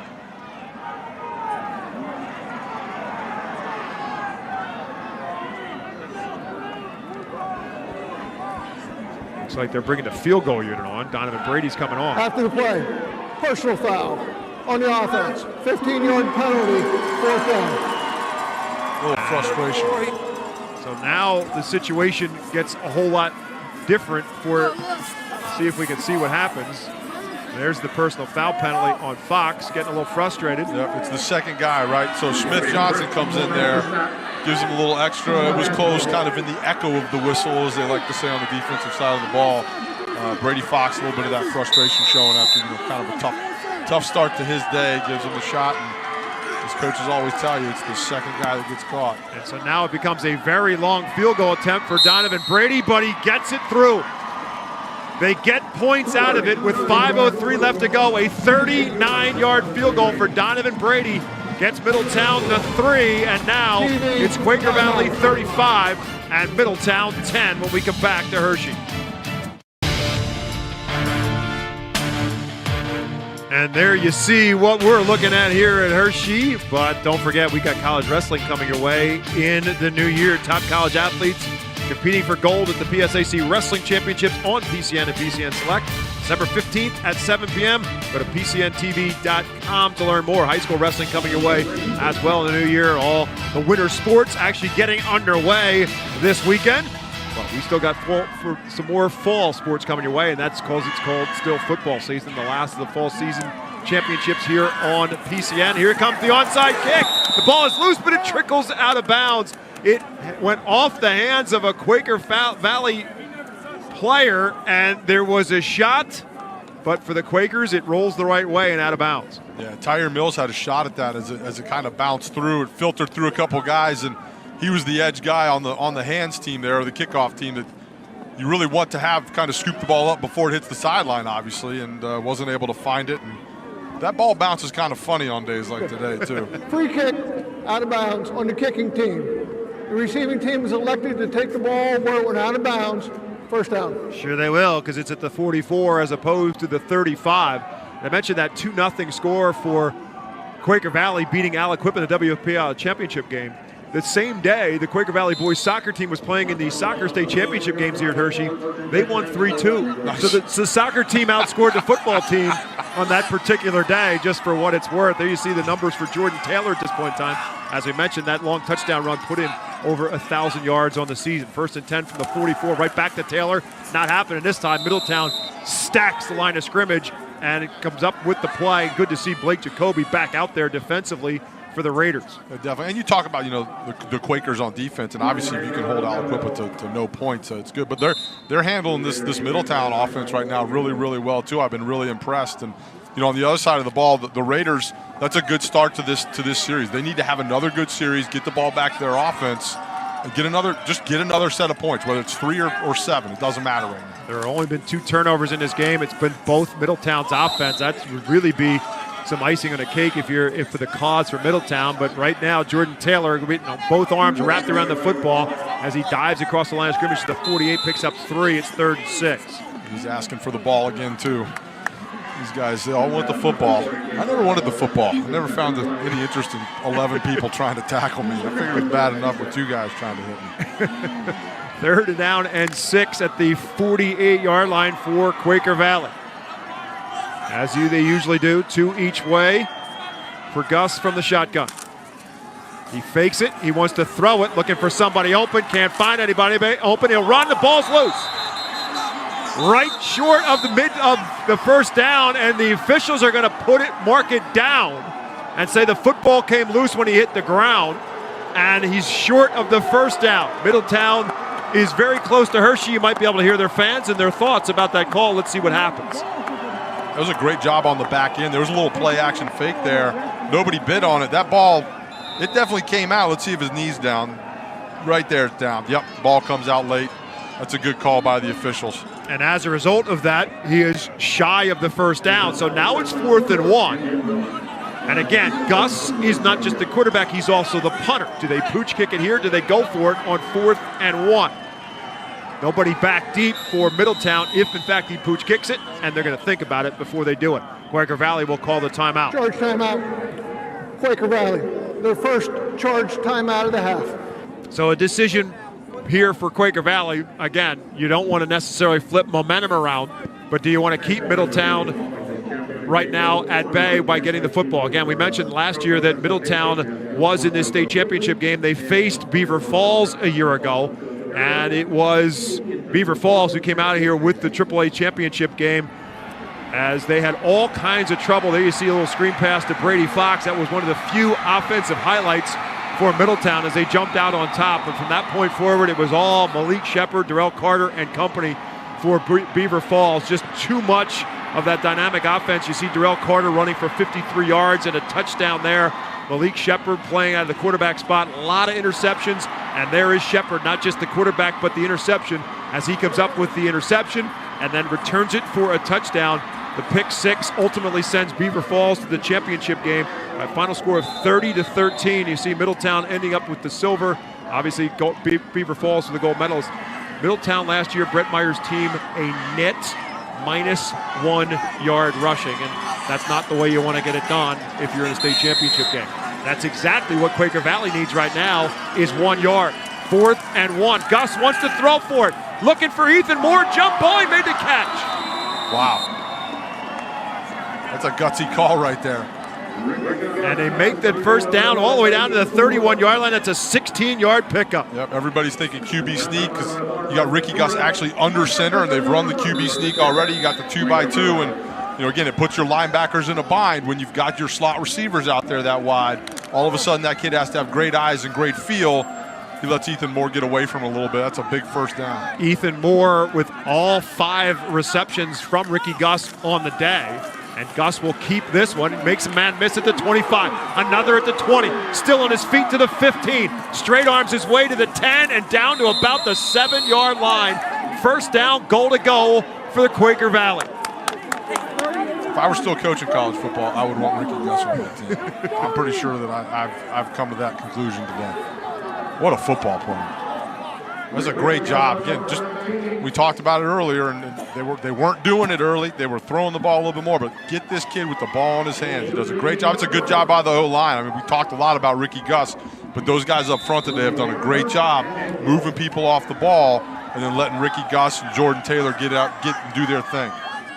First and goal to go at the 8-yard line as a result for Quaker Valley. More Peduzzi to the left. Isaac Gus and Jakovic to the right, but it's Jordan Taylor who gets the call. He gets to about the 6, second down and goal to go at the 6. For what it's worth, Ethan Moore on the year coming into today's state championship game had 12 catches. He's got 5 today. Yeah. But again, part of that is that Isaiah McNair is out with an upper body injury, and Jerry Vecchio was upset about the fact, more so than anything, just the fact that the young man has been such a big part of their team and not able to play in a state championship game. But again, the word in the game of football is next man up, and somebody steps up, and it's been Ethan Moore as the receiver. It tells you a lot about the talent on this football team, right? When you lose a guy like McNair, and you can still move the ball like this. Gus trying to move it right now, but this time not able to turn the edge, and Middletown will stack him up at the line of scrimmage. 3rd and goal now at the 6-yard line. This is a great job defensively. Again, everybody fit your gaps, be where you're supposed to be, and it gets harder when you add the extra guy in the run game. Again, I know I've mentioned it a couple times. That's what the quarterback does. Usually, quarterback hands it off. You've got a certain amount of gaps to fit, and it's pretty simple. At the end of the day, when you add that extra guy, it creates some issues, and you become a one-on-one type tackling situation. But they got more hats on them that time than they have in the past. This time they flip it to 3 receivers on the left side and just Peduzzi on the right side, and that's the way they're going. Jakovic, and they go that way. Jump ball, had it for a moment, but stripped out of his hands. Good job that time defensively to strip it out of the hands. Devin Martin, one-on-one coverage with Ryan Jakovic at 6'5", and he ultimately wins the battle and forces 4th down. There is a flag down, however, on the play as you see this one unfold. Yeah, that's a good job there by Moore. He may have got there. Look, that's a huge size difference. Devin Martin is 5'9", Jakovic is 6'5". That's a bit of a mismatch. But I think this one's going to be a personal foul penalty against Middletown on the roughing the quarterback. And so it will give them an automatic first down as a result. Half the distance to the goal line. They were already at the 6. It's now 1st and goal at the 3. So another penalty against Middletown, their 6th. And it gives them another opportunity. It would have been 4th down. Let's see what we see here. Yeah, that was real late right there. Gaze Radebach comes in. You can take a step and hit the quarterback, but when you take 2 or 3, you're going to get in trouble. And again, sometimes it's that frustration. And these are kids. This means a lot. Jordan Taylor. Football may have come loose as Taylor fought for the yards to get to the line of scrimmage, and now flags are again coming down.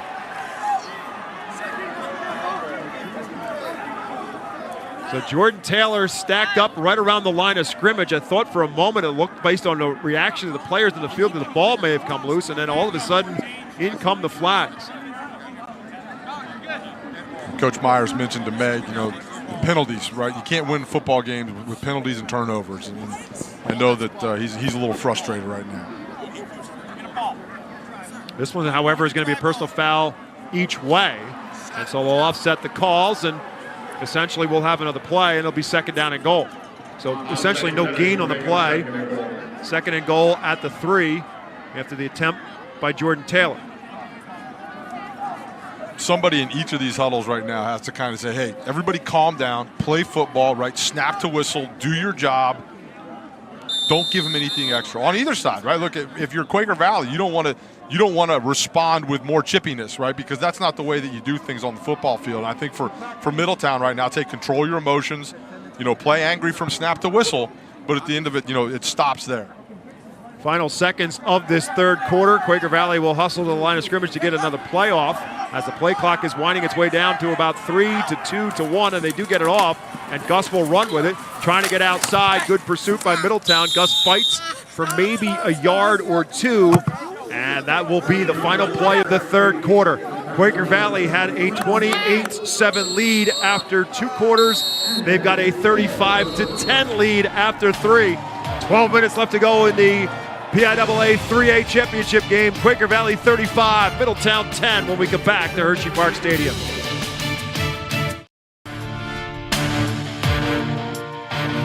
We start the fourth quarter of football in the AAA championship game with Quaker Valley on top of Middletown by a score of 35-10. The Quaker Valley Quakers are knocking on the door looking for more. Alongside Brandon Noble, my name is Bob McCool. Meg Bolger on the sideline. More football going to come your way tonight. The 6A championship game, Pine Richland and St. Joe's Prep. They have been 1 and 2 in the rankings all throughout the season, and obviously with unbeaten records, they remain that way as well. St. Joe's Prep, the returning state champion at the 6A level. Pine Richland and Phil Jakovic, their outstanding quarterback and a prolific offense. We're going to see it unfold tonight here on PCN. Third down and goal from, we'll call it the 2. Ricky Gus wants to throw for it, can't find anybody open. He'll throw it in between 2 receivers. He had Moore in one direction. He had Paduzzi in the other, and I think he just decided to throw that one away. That was a good decision because they did a great job on the back end. The Raiders did, covering that thing up. Great man-to-man coverage. They ran a little bit of a crossing route, which sometimes turns into that rub route, which is really a pick route that offensive coordinators love to run. I've never been burned on that before, you can tell. And look, that was a great job. And then, Gus makes a great decision, throw the ball away, get rid of it, and either it looks like they're going to go for it here. Yeah, fourth down and goal from the 2-yard line. 2 receivers to the right, 2 tight ends set. Gus will run that way, and he will lower the shoulder, and he'll fight his way in. Touchdown, Quaker Valley. Gus with the rushing touchdown. That is his first of the night, his 29th of the season. And Quaker Valley adds to its lead. Yeah, you're going to see Jordan Taylor gets a great block right there. One of the backers was working his way in. I think it was Kyle Truesdale. Comes in, and it wasn't devastating, it wasn't huge, but all it did was it gave Ricky Gus just a little bit more of a chance to get around the corner and get in there. And look, Middletown played great defense all the way up until that last play right there. They did a great job getting multiple hats on Ricky Gus, but Quaker Valley on that one got a hat on a hat. Everybody blocked who they were supposed to and got the ball in the end zone. Landon Grant cannot get this one through, and so it's a 41-10 game now in favor of Quaker Valley. More with Meg Bolger on the sidelines. Well, guys, Ricky Gus has certainly been impressive on both sides of the ball this evening. But Quaker Valley won their first basketball game last night without their star player. Guess who? Ricky Gus. He obviously is a little bit busy. He is nearly a 1,000-point scorer. He is close to 500 rebounds in his career right now. His coach, Mike Mastriani, who's also the AD, he drove up here to see Ricky and some of the other players that are playing basketball. He told me that he was a captain on last year's team that lost in the Whitfield Championship. And then in the state semis, he said, we desperately want him back to basketball. I'm sure he is very excited for him, but basketball certainly sounds good right about now. Spoken like a true hooper. And speaking of which, Quaker Valley and Middletown met in a PIAA quarterfinal last year in Altoona, and surprisingly enough, Ricky Gus was their leading scorer with 13 points. Quaker Valley won that game 77-66. Ryan Hughes had 24. We told you about his basketball abilities for Middletown. Quaker Valley end up losing in the semifinals to Strong Vincent. So to wrap it all up, but I guess, you know, you kind of got to give the guy an excuse. It's not like if you're the basketball coach, you're going to make him run laps because he missed practice when he's out trying to win his team a state championship. Yeah, you can't fault somebody for that. This one is kicked low and on a line drive, and we're going to go out of bounds. And so Middletown will start down now 41-10. So the frustrations here for the state championships continue for the Middletown Blue Raiders. Unable to get it done last year against Beaver Falls. And Beaver Falls, a team that Quaker Valley knows very well, both of them neighboring schools in Allegheny County and out in the western part of the state of Pennsylvania. And now the ball will be spotted at the 35-yard line, and here comes Middletown from that 35 under fifth-year head coach Brett Myers. Yeah, and Coach Myers has done a great job. I mean, look, anytime you get here twice, regardless of the outcome, you want to win, obviously, but at the end of the day, you've got your program here. You've won a lot of football games. The last one they lost was here, you know, and unfortunately it kind of looks like that's going to happen again. Mills, Plummer, Leach, and now Lopez all on the right side. They throw back the other way, looking for Ryan Hughes. Trying to put everybody on one side of the field and go back the other way. But Joe Peduzzi was there in contention with Ryan Hughes, and the pass is incomplete. Yeah, Peduzzi's done a good job out there on Hughes. Again, that's a big body that you've got to cover. And again, Ash, you know, had a little success last time throwing the football, and they're at a point now where they have to throw the football. I mean, that's where you are as an offense, and with the scoreboard is dictating it. So, you know, we're going to be interested to see how they kind of make this work. Jet sweep handoff to Brady Fox, trying to turn the edge. Jammed up in traffic, works his way for maybe two, and that's about it. Again, sideline to sideline. Quaker Valley is just not allowing them to turn an edge. Yeah, such solid run fits. I mean, you're going to see it here on the edge. And it's nothing pretty. You see Seymour there, 22, drive his guy in the backfield. You watch somebody, that's Ricky Gus, come flying up and set the edge, forcing Brady Fox to cut it back, and then the pursuit's there. Again, it's everybody do your job and do it well, and then trust the other guy to do their job. 3rd and 8 as a result for Middletown now from the 37-yard line. Ash, little dump off, pass juggled for a moment. Ventura couldn't hold on, and there's Ricky Gus to make sure he cannot, punching it out. Pass is incomplete, it's 4th down. That's a great play by Gus. Again, I feel like I've said that a couple times today. but rightfully so. I mean, we go back to what Meg's talking about his basketball abilities. This is what you did. This is called a strip right there. Yep. I mean, to make sure he does not make that catch. He's juggling it for a moment, and if you slap it out of his hands, he's definitely not going to make that catch. It brings up 4th down, and Middletown's going to punt. Hughes with the kick. Jordan Taylor will let it bounce. And then, whoop, did he touch it?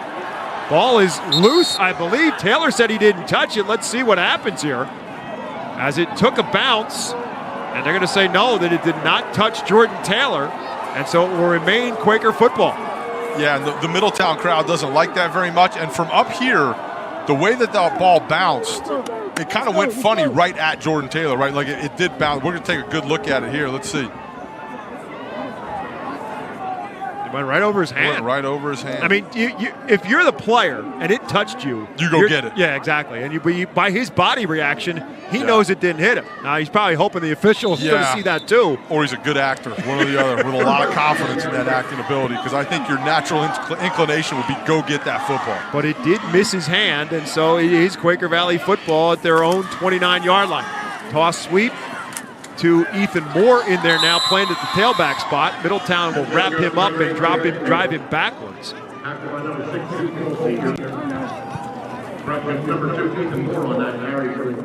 There you see what the situation has been for Quaker Valley in their last 4 drives. Doesn't matter where they start, they finished in the exact same spot, the end zone.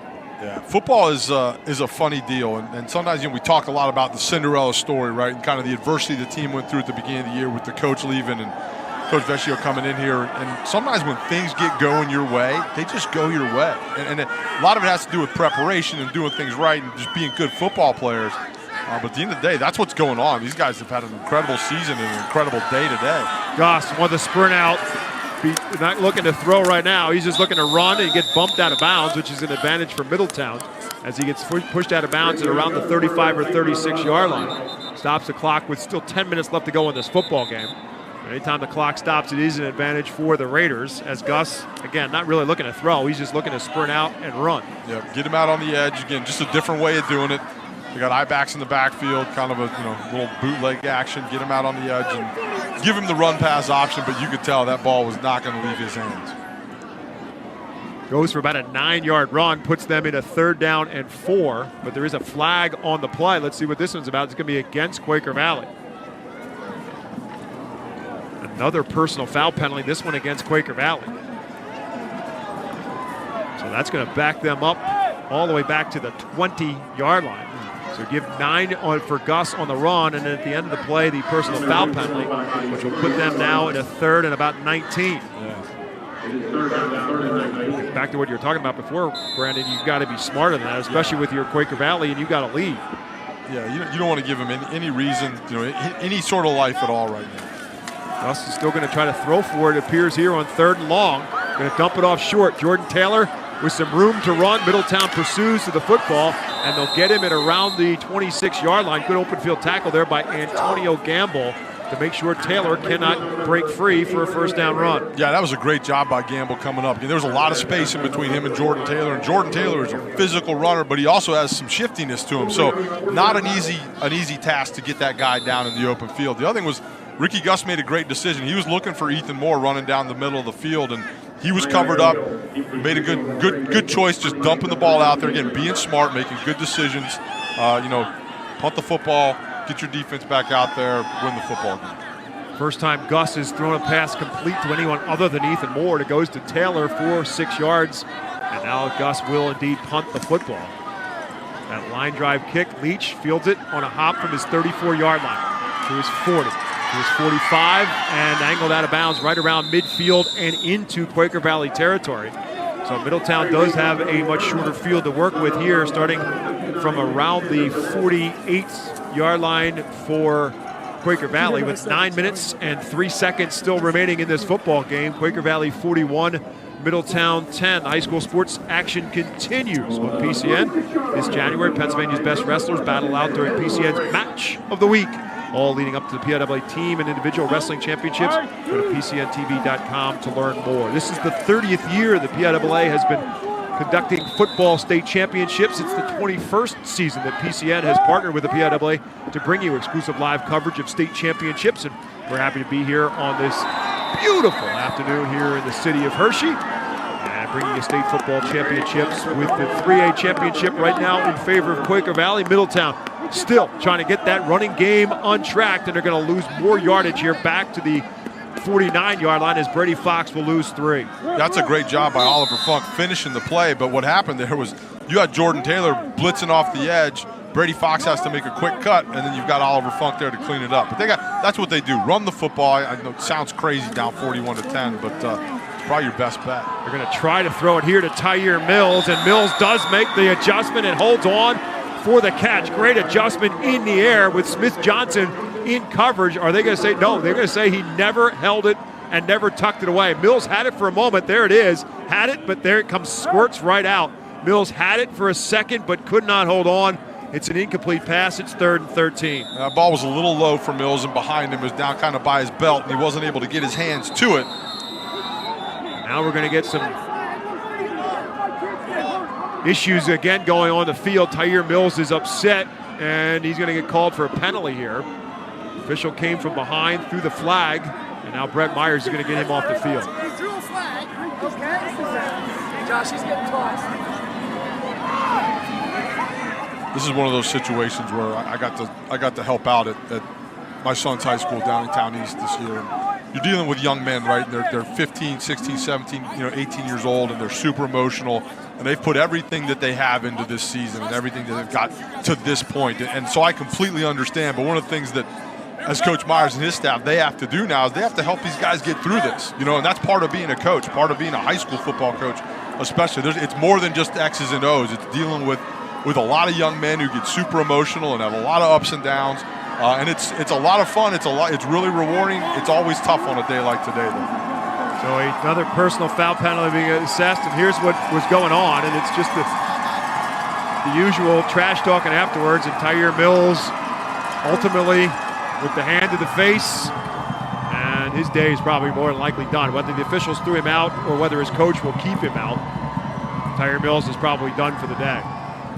And so they'll back them up 15 yards back to the 35-yard line. Brett Myers is going to use this as a teaching tool right now to talk to his kids. He's also an assistant principal at Middletown High School, so he knows a little bit about the discipline aspect of things as well. Yeah, and look, and he's, like I said, he's a good football coach, and he understands. He's been around the game for a long, long time. He does things the right way, and he understands, and he's in there, and he's in that huddle right now saying, hey, look, guys, look, it didn't work out for us today, but finish the game the right way, right? Represent Middletown football the right way. He talked about that before the game, right? Just come out here and be a good representation of what Middletown football is, and it's getting away from Mills, and he's frustrated. He wants the ball in his hands, you can tell, and it looked like, I don't know who he was jawing with a little bit over there. Took advantage of that emotion a little bit. There's Jerry Vescio. He'll go back to being a track coach now. The run to a state championship has taken place. He was the track coach, and they brought him back in and asked him if he would stay on as the football coach, and he talked about it. He talked about it with the staff, with the athletic director, and ultimately said, look, if this is what you think is the right thing for Quaker Valley High School, I'll take the job. And obviously they knew what they were doing when they went to him. Here's a ball almost intercepted. Oh, so close by Jakovic, who almost had himself the interception, but it's an incomplete pass, and it will bring up 4th down. Yeah, you can tell Coach Vescio's just enjoying. He's enjoyed the ride. He is absolutely soaking this in. I mean, think about that. You're 1 year as a head coach, and you win a state title.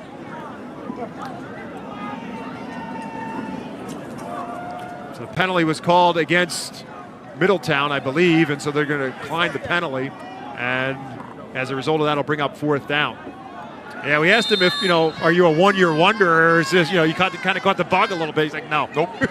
Absolutely not. It was not a moment of hesitation. No, there wasn't. It was very, very quick. He didn't ponder it at all. It was, no, I'm done. I mean, look, you can walk away with a state title. And beat that record. Exactly. I'm 1 for 1. Here's Ryan Hughes with that rugby kick, and it was deflected at line of scrimmage. Middletown picked it up and ran with it, but you can't do that.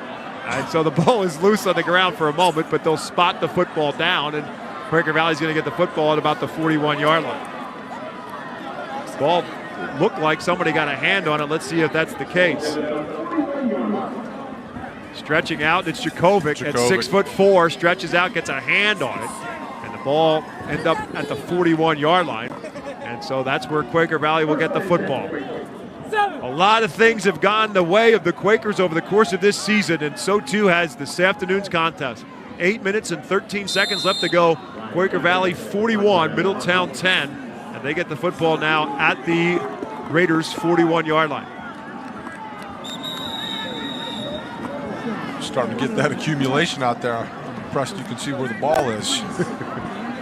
I will tell you that we were here in 2009. That was the worst it was. It snowed. There was serious accumulation. That was Lancaster Catholic and Greensburg Central Catholic. There you see 41 points. The most scored against Middletown this year had been by Trinity with 34 points, but obviously Middletown was able to outscore them. But Middletown's defense giving up just 7 points per game on the year by average.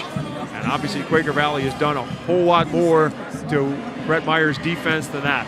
He's done a tremendous job turning this program back into a winner. They had some success back in the late 80s and won a couple district championships at that point in time, but they had some lean years. But he comes back to his alma mater, as we said, after spending a couple years at Pottstown High School. Comes back here into 5 years, 45 wins, 15 losses, including win back-to-back District 3 championships. But ultimately, when it's all said and done, they're going to come up short on the season. And when it's all said and done, they're going to end up being 14-1 for the second straight year and state runners-up for the second straight years. They don't think about this right now, but that's a pretty impressive couple of seasons of football at Middletown High School. Yeah, absolutely. And then again, it's going to sting right now, and it should sting right now. But at the end of the day, Coach Myers is going to get away from this, and the kids will get away from it. And it'll be a great memory. Kyle Truesdale still making big plays defensively as he has throughout this season here at Middletown High School. And comes up with a tackle here on Jordan Taylor for a 2-yard loss back to the 43-yard line. Inside of 8 minutes to go, and clock running. Here we're not yet playing under the running clock. Middletown still has 2 timeouts they could call should they try to use them at any point in time. But right now, Quaker Valley will just let the play clock run down. Again, back to the IQ, the football IQ of Ricky Gus. He's got that clock in the end zone he can keep an eye on and let it run down inside of 5 seconds before he takes the snap and then hands it off to Jordan Taylor. Again, Middletown pursuing to the football and wrapping up Taylor. As he'll lose another yard or so and it'll bring up 3rd and long. But it's all part of it. Again, it might be overemphasized to some degree, but it really comes out in a game like this. When you watch what Ricky Gus does, his football IQ is really, really strong. He is really another coach on the field. Yeah, absolutely. And you can see it, right? You can see in his decision-making process as he's working through his kind of receivers and his progression, and he makes the right decision with the football. He makes the right decision with the ball in the run game, too. And even there, he's looking for Ethan Moore and a little slant in, and Moore was well covered, so he throws it to a spot where nobody is and throws it incomplete. Now, it does stop the clock on the incomplete pass, and it brings up 4th down. So a little surprised in that Quaker Valley does opt to throw the football and throw it by throwing it incomplete. They stop the clock. And now Middletown will drop back and hope and wait for the punt. Trey Leach, who had that big punt return in the first half, that evened the score at 7 apiece.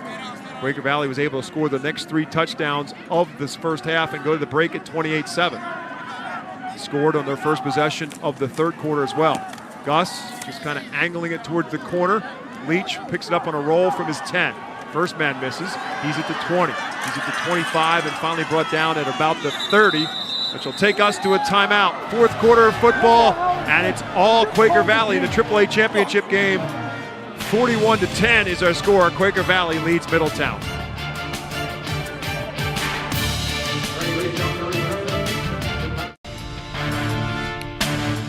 6 minutes, 39 seconds left to go in the state championship game at the 3A level. Quaker Valley 41, Middletown 10. And the stars usually come to play in big-time games, but a lot of times it's what I like to call, just because it makes Red Sox fans mad, the Bucky Dent moment. Who's going to be the guy who comes out of nowhere and steps up? Right now, it's Ethan Moore for Quaker Valley. 12 receptions on the year. He's been huge today. Yeah, and he did a great job. Again, we talked about it with Isaiah McNair not in.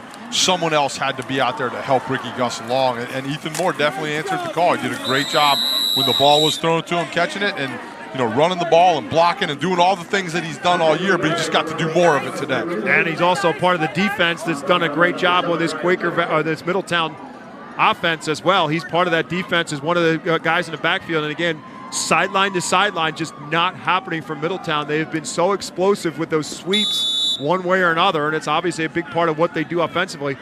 Not happening against this Quaker Valley defense as they again string out Lopez. He gains just a yard. 2nd and 9 now from the 47-yard line. Inside of 6 minutes left to go in the game. Here's a handoff to Trey Leach, trying to see if he can maybe make something happen. He cuts it back against the grain a little bit. He'll knock him off balance, but he's across midfield and down at the Quaker Valley 49-yard line. Just trying to find a hot hand right now. Give a couple different guys the ball, see what happens. Again, with Mills probably not going back in the football game, you got to find somebody else to give the ball to. Leach with his first carry goes for 3. And now Ash wants to throw the football, looking for Plummer. It's up in the air. It's juggled and caught on the deflection. Kyle Truesdale comes down with it and is tackled down inside the 10-yard line. What a great job by Truesdale, just staying with the play. Everybody else out there got tangled up. The receiver, the intended receiver, bobbles it. You got Jordan Taylor over there. Djokovic comes over and knocks the ball out, finishes it out, and you got Truesdale who sticks with the play. Again, stays with the ball, catches the football. It's a great job by, I think that was a D lineman running all the way out there to come finish that play off. 1st and goal at the 8-yard line as a result of the deflection to Truesdale, and now on the run, upended is Brady Fox inside. Actually, that's Leach still in there at the tailback spot. Upended at about the 2-yard line, so it'll be 2nd down and goal now at the 2. Little tempo, going fast. Right back to Leach. Gets to about the 1 and is not going to get in. Quaker Valley is not going to give in and not going to give him the touchdown. They'll wrap him up and stop him, make it 3rd and goal at the 1. That's a great job. Oliver Funk in there again, number 55 from his defensive end position. Does a great job, spills a couple polars and gets underneath it and makes the tackle, keeps him out of the end zone. So call it 3rd down, goal to go from the 1. for Middletown. Leach stays in at the tailback spot. Ventura wing to his left. They'll run that way. Leach gets a block, gets the end zone. Touchdown, Middletown. So Trey Leach with the rushing touchdown. It's a good job. It's a good little drive right there. You know, you get a big play and then punch it in.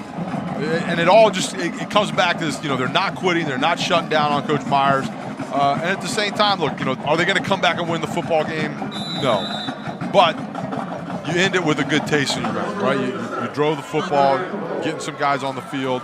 Leach does a great job on that drive, has a couple nice runs. Ash has a nice completion that he got helped out a little bit with Truesdale. But look, 7 points, you feel a little bit better about yourself. Donovan Brady's extra point is good. 4 minutes and 16 seconds left to go now in the football game. Makes it 41-17. Second rushing touchdown of the season for Trey Leach, his second touchdown of the game. Of course, he had that 55-yard punt return for a touchdown for Middletown's first score. So both scores of the game on the touchdown variety coming from Trey Leach, who was going to be limited in what he could do offensively today. He was banged up a little bit as well in the game last week in the win over Conwell Egan. They figured they could use him defensively.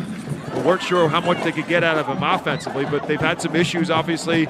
As we mentioned before, Tyre Mills was tossed from the game out of frustration. Brady Fox has, I think, kind of been pulled from this game by Brett Myers because he was starting to get a little bit frustrated and taking some shots out there as well. So it's really just a matter of making sure people keep their emotions under wraps as best as possible, and they give the ball to Trey Leach. He puts it in the end zone.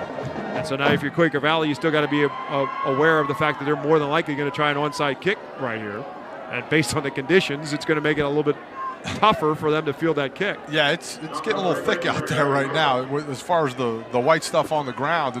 And look, it's a long season. I mean, 15 games for high school kids is a long, long time. You talk about Leach and kind of his availability today, and that's a weapon that going into the game, Myers doesn't know if he has, right? So over the course of the week in practice, you don't know exactly where to use him. You want to keep him on defense, and he's a guy, he's put the points on the board for him today. And there is the onside kick attempt, and a nice job just falling on it. And I believe that was Jeremy McCoy who fell on that ball. It was. And no, that's where Quaker Valley will get the football. In case you're wondering, streets and parking lot and everything else looks pretty clear. But the field, well, maybe not so much. They've got it's a snow-covered field. Snow flurries are expected throughout the afternoon. And supposedly, and hopefully, to clear out of here before tonight's football game gets underway. 6 o'clock is our start time for the 6A championship game between St. Joe's Prep and Pine Richland. And we'll have that for you, of course, right here on PCN. First and 10 at the 45-yard line for the Quaker Valley Quakers. 4 minutes, 15 seconds left to go in the football game. If Middletown would choose to, they still can stop the clock 2 more times. Ricky Gus just handing it off to Jordan Taylor. Taylor fights his way through some traffic. He's got a first down and more. He's at the 40, the 30, the 20, and finally run out of bounds inside about the 15-yard line. Jordan Taylor playing his final football game at Quaker Valley High School, getting it done over 100 yards on the day. He's gone over 1,000 yards in a season as he runs for 39 more yards and a first down. That was similar to that first touchdown he scored. Just a little inside zone play. He cuts it up inside the block right there. I couldn't tell who it was pulling, trying to give one of the big fellas some credit. But it was a good job. It's a good run. And again, you got, I think that's Cole Sr., defensive tackle, running all the way down the field and making the play. At the 16-yard line is where they spot the football. First down and 10, obviously, for Quaker Valley after the long run for Jordan Taylor. Now it's back to the delay game a little bit for Quaker Valley. They'll let the clock wind its way down. It's already down. They might not get this one off before the play clock runs out. They do not. So they'll end up getting backed up 5 yards as a result. They kind of broke the huddle and realized there was only about 4 seconds left on the play clock, so it's going to cost them 5.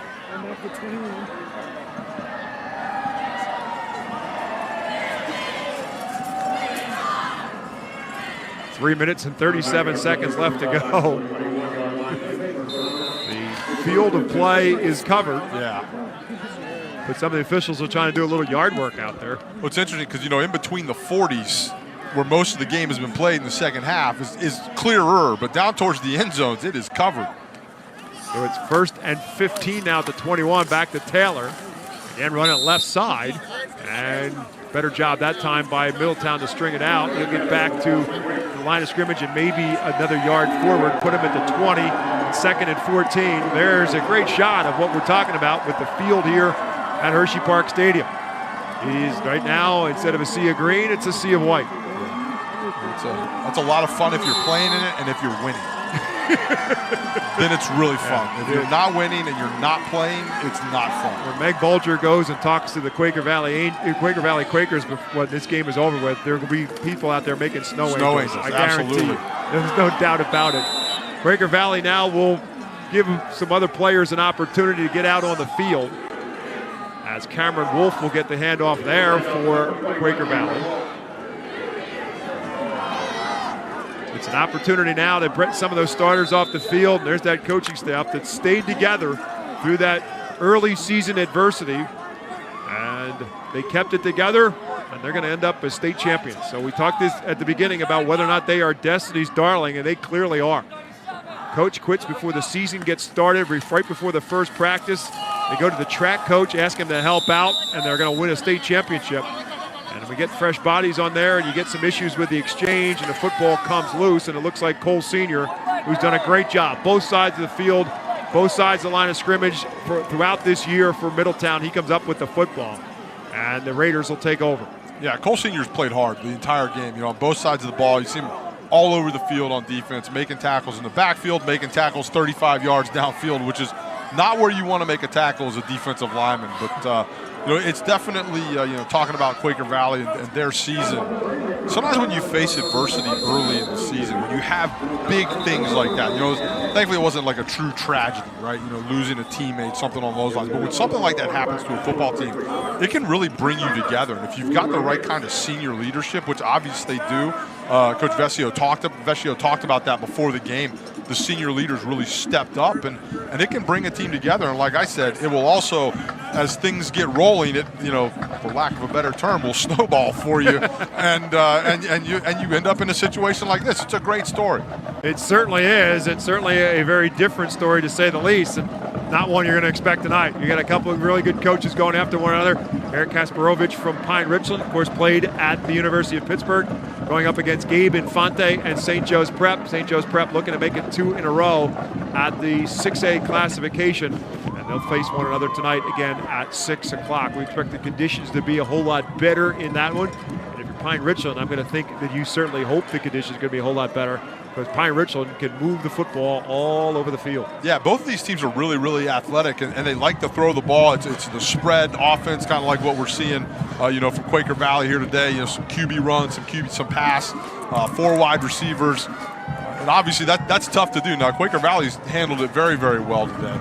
But both of these teams this evening, I'm sure, are going, man, I hope it clears up a little bit for us so that we can, especially the coaching staffs. As a coach, you're the ones that really worry about it. Again, when you're 18 years old, you think, oh, this is kind of fun. I get to play in the snow. First down and 10 now for Middletown from the 20-yard line. And we'll get some fresh people out there as well for Middletown. Jordan McCoy is in there now as the quarterback to take the snap. And he turns, and nobody's home to toss it to. And so he's going to get wrapped up and tossed for a loss back at about the 14-yard line. Loss of 6 on the play. So this is what we're starting to see now. Is a great opportunity for these kids. And, of course, these are the kids that help set it all up. These are the kids who are working. They're the scout team guys over the course of the season. They're the reasons why you're in a state championship, because of what you do every day in practice. No doubt about it. So it's great that these guys are getting an opportunity to play.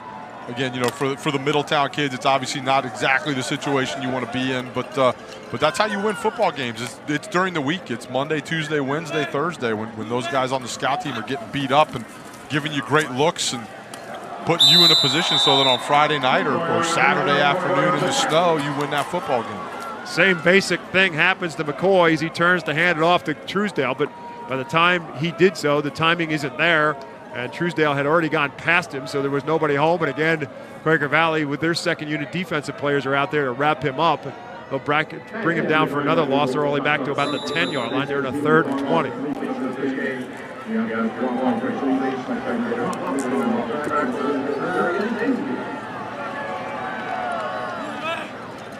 Back split behind McCoy here on 3rd and 20. This time they're able to hand it off, and it is Truesdale who gets the call. Truesdale makes a couple people miss. He's out still on his feet, makes it into a first down run out across the 30 to about the 35 or 40-yard line. About a 20-yard pickup and a first down for Kyle Truesdale. He has certainly made an impression on the offensive side. And Truesdale getting a carry opportunity as a senior, playing in his last football game to run the football a little bit, and now he'll come out of the game and join his teammates on the sideline.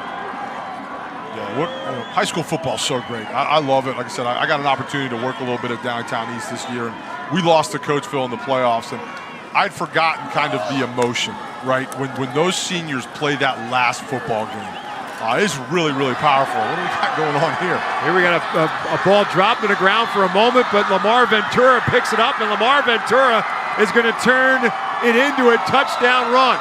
Not the way they drew it up, but it'll end up being a 70-yard touchdown run for Lamar Ventura. His first of the year, and certainly something that he'll celebrate a little bit. He's celebrating already. 70 yards on a touchdown run. Ventura, the junior, with the pickup, a ball on the ground, but he picks it up. There it is.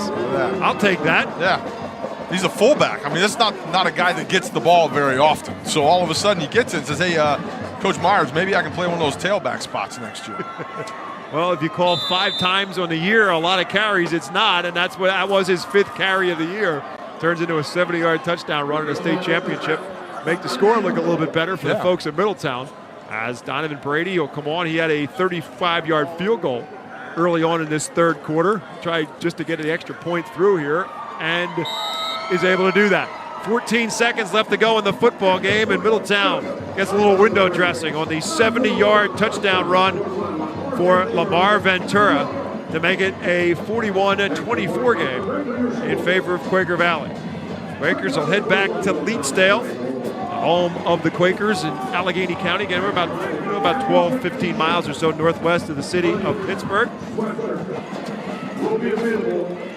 Their lone loss of the season, in case you're wondering, was in WPIAL play, and it was to Aliquippa, the team they ultimately met in the district championship game. They lost to Aliquippa in the regular season 22-7 for that very memorable 2-0 victory in the district final.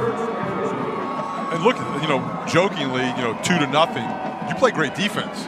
And I think that holds up. When you look at the game today that they played against, this is a very, very good offense that Middletown brought to the game today, and they've done an amazing job. They've had a couple fluky kind of touchdowns here at the end and a punt return. Right. But at the end of the day, you can see how you can throw a defense like this out on the field and win 2-0. You're talking about guys in Brady Fox, who's running for over 4,000 yards in his career, held to probably about under 60 yards on the day. Jose Lopez, again, he was a little bit banged up on here, but he did run for 1,700-plus yards. He was never able to get it on track today, so they did a tremendous job to shut down this Middletown defense and their ability to run the football. This one squirts loose for a moment, but the Quakers are able to recover the football, and so Quaker Valley is going to have to take one more snap, and then for the first time ever, they're going to be declared PIAA football champions. And they'll come in the 3A level with a victory and a convincing one this afternoon over Middletown. So that's all it's about right now for Quaker Valley. Take a snap, take a knee, and take a bus ride home. A fun bus ride. A lot of fun. Jerry Vecchio, what a memorable season it has been for him. He was elated just being here this afternoon, and it's gotten a whole lot better ever since the first snap of the football game. They take the knee, and again, this one goes the way of Quaker Valley. The Quakers 41, Middletown 24. That will be the final score of our PIAA AAA championship game.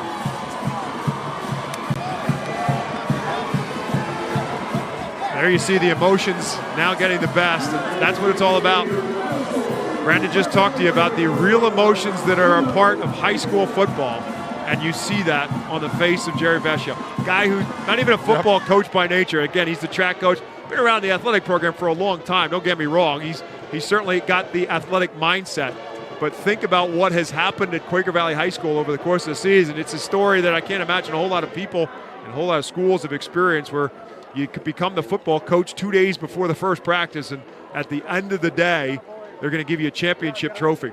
We'll take a timeout. We'll come back. They'll give them the trophy, and we'll get words with Meg Bolger as well, all as part of our wrap-up of the AAA State Championship live here on PCN.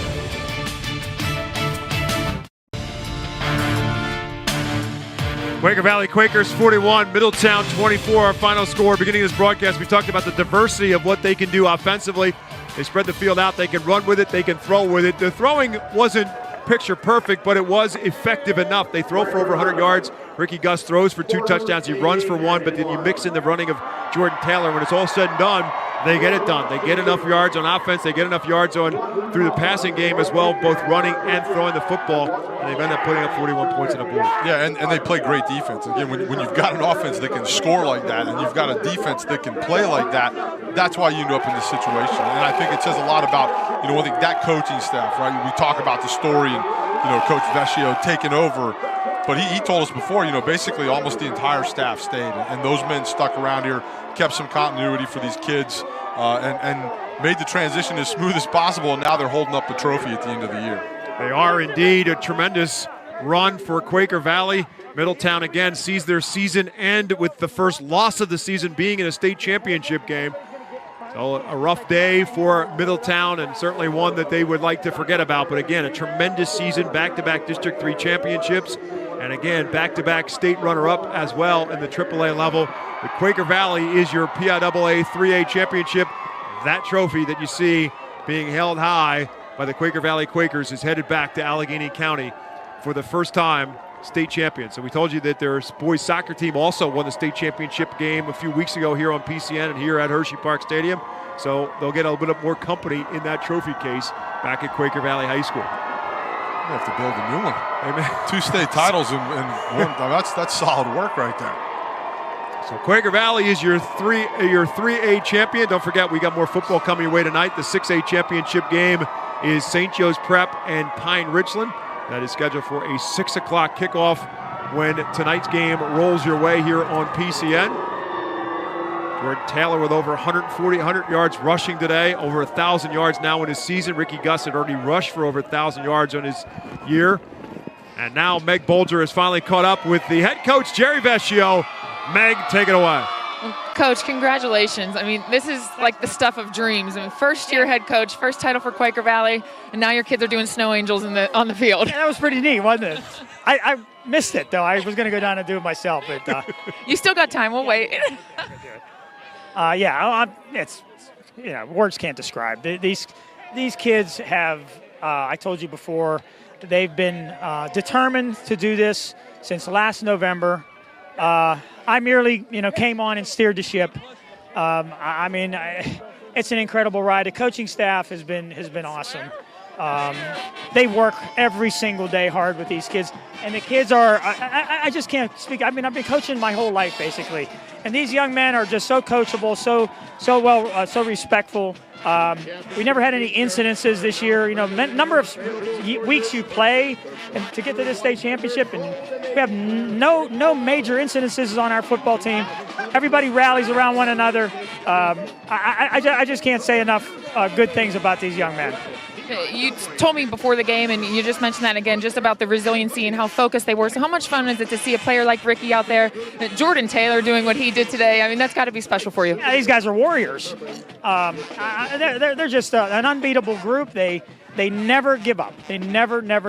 We something goes bad, a play goes wrong, somebody doesn't block right, just move on. They move on. Our motto this year, I wrote it the very first day that I got to the field or to our field house, and it's very simple. It says Quaker Valley football, moving forward, and we have moved forward step by step every day.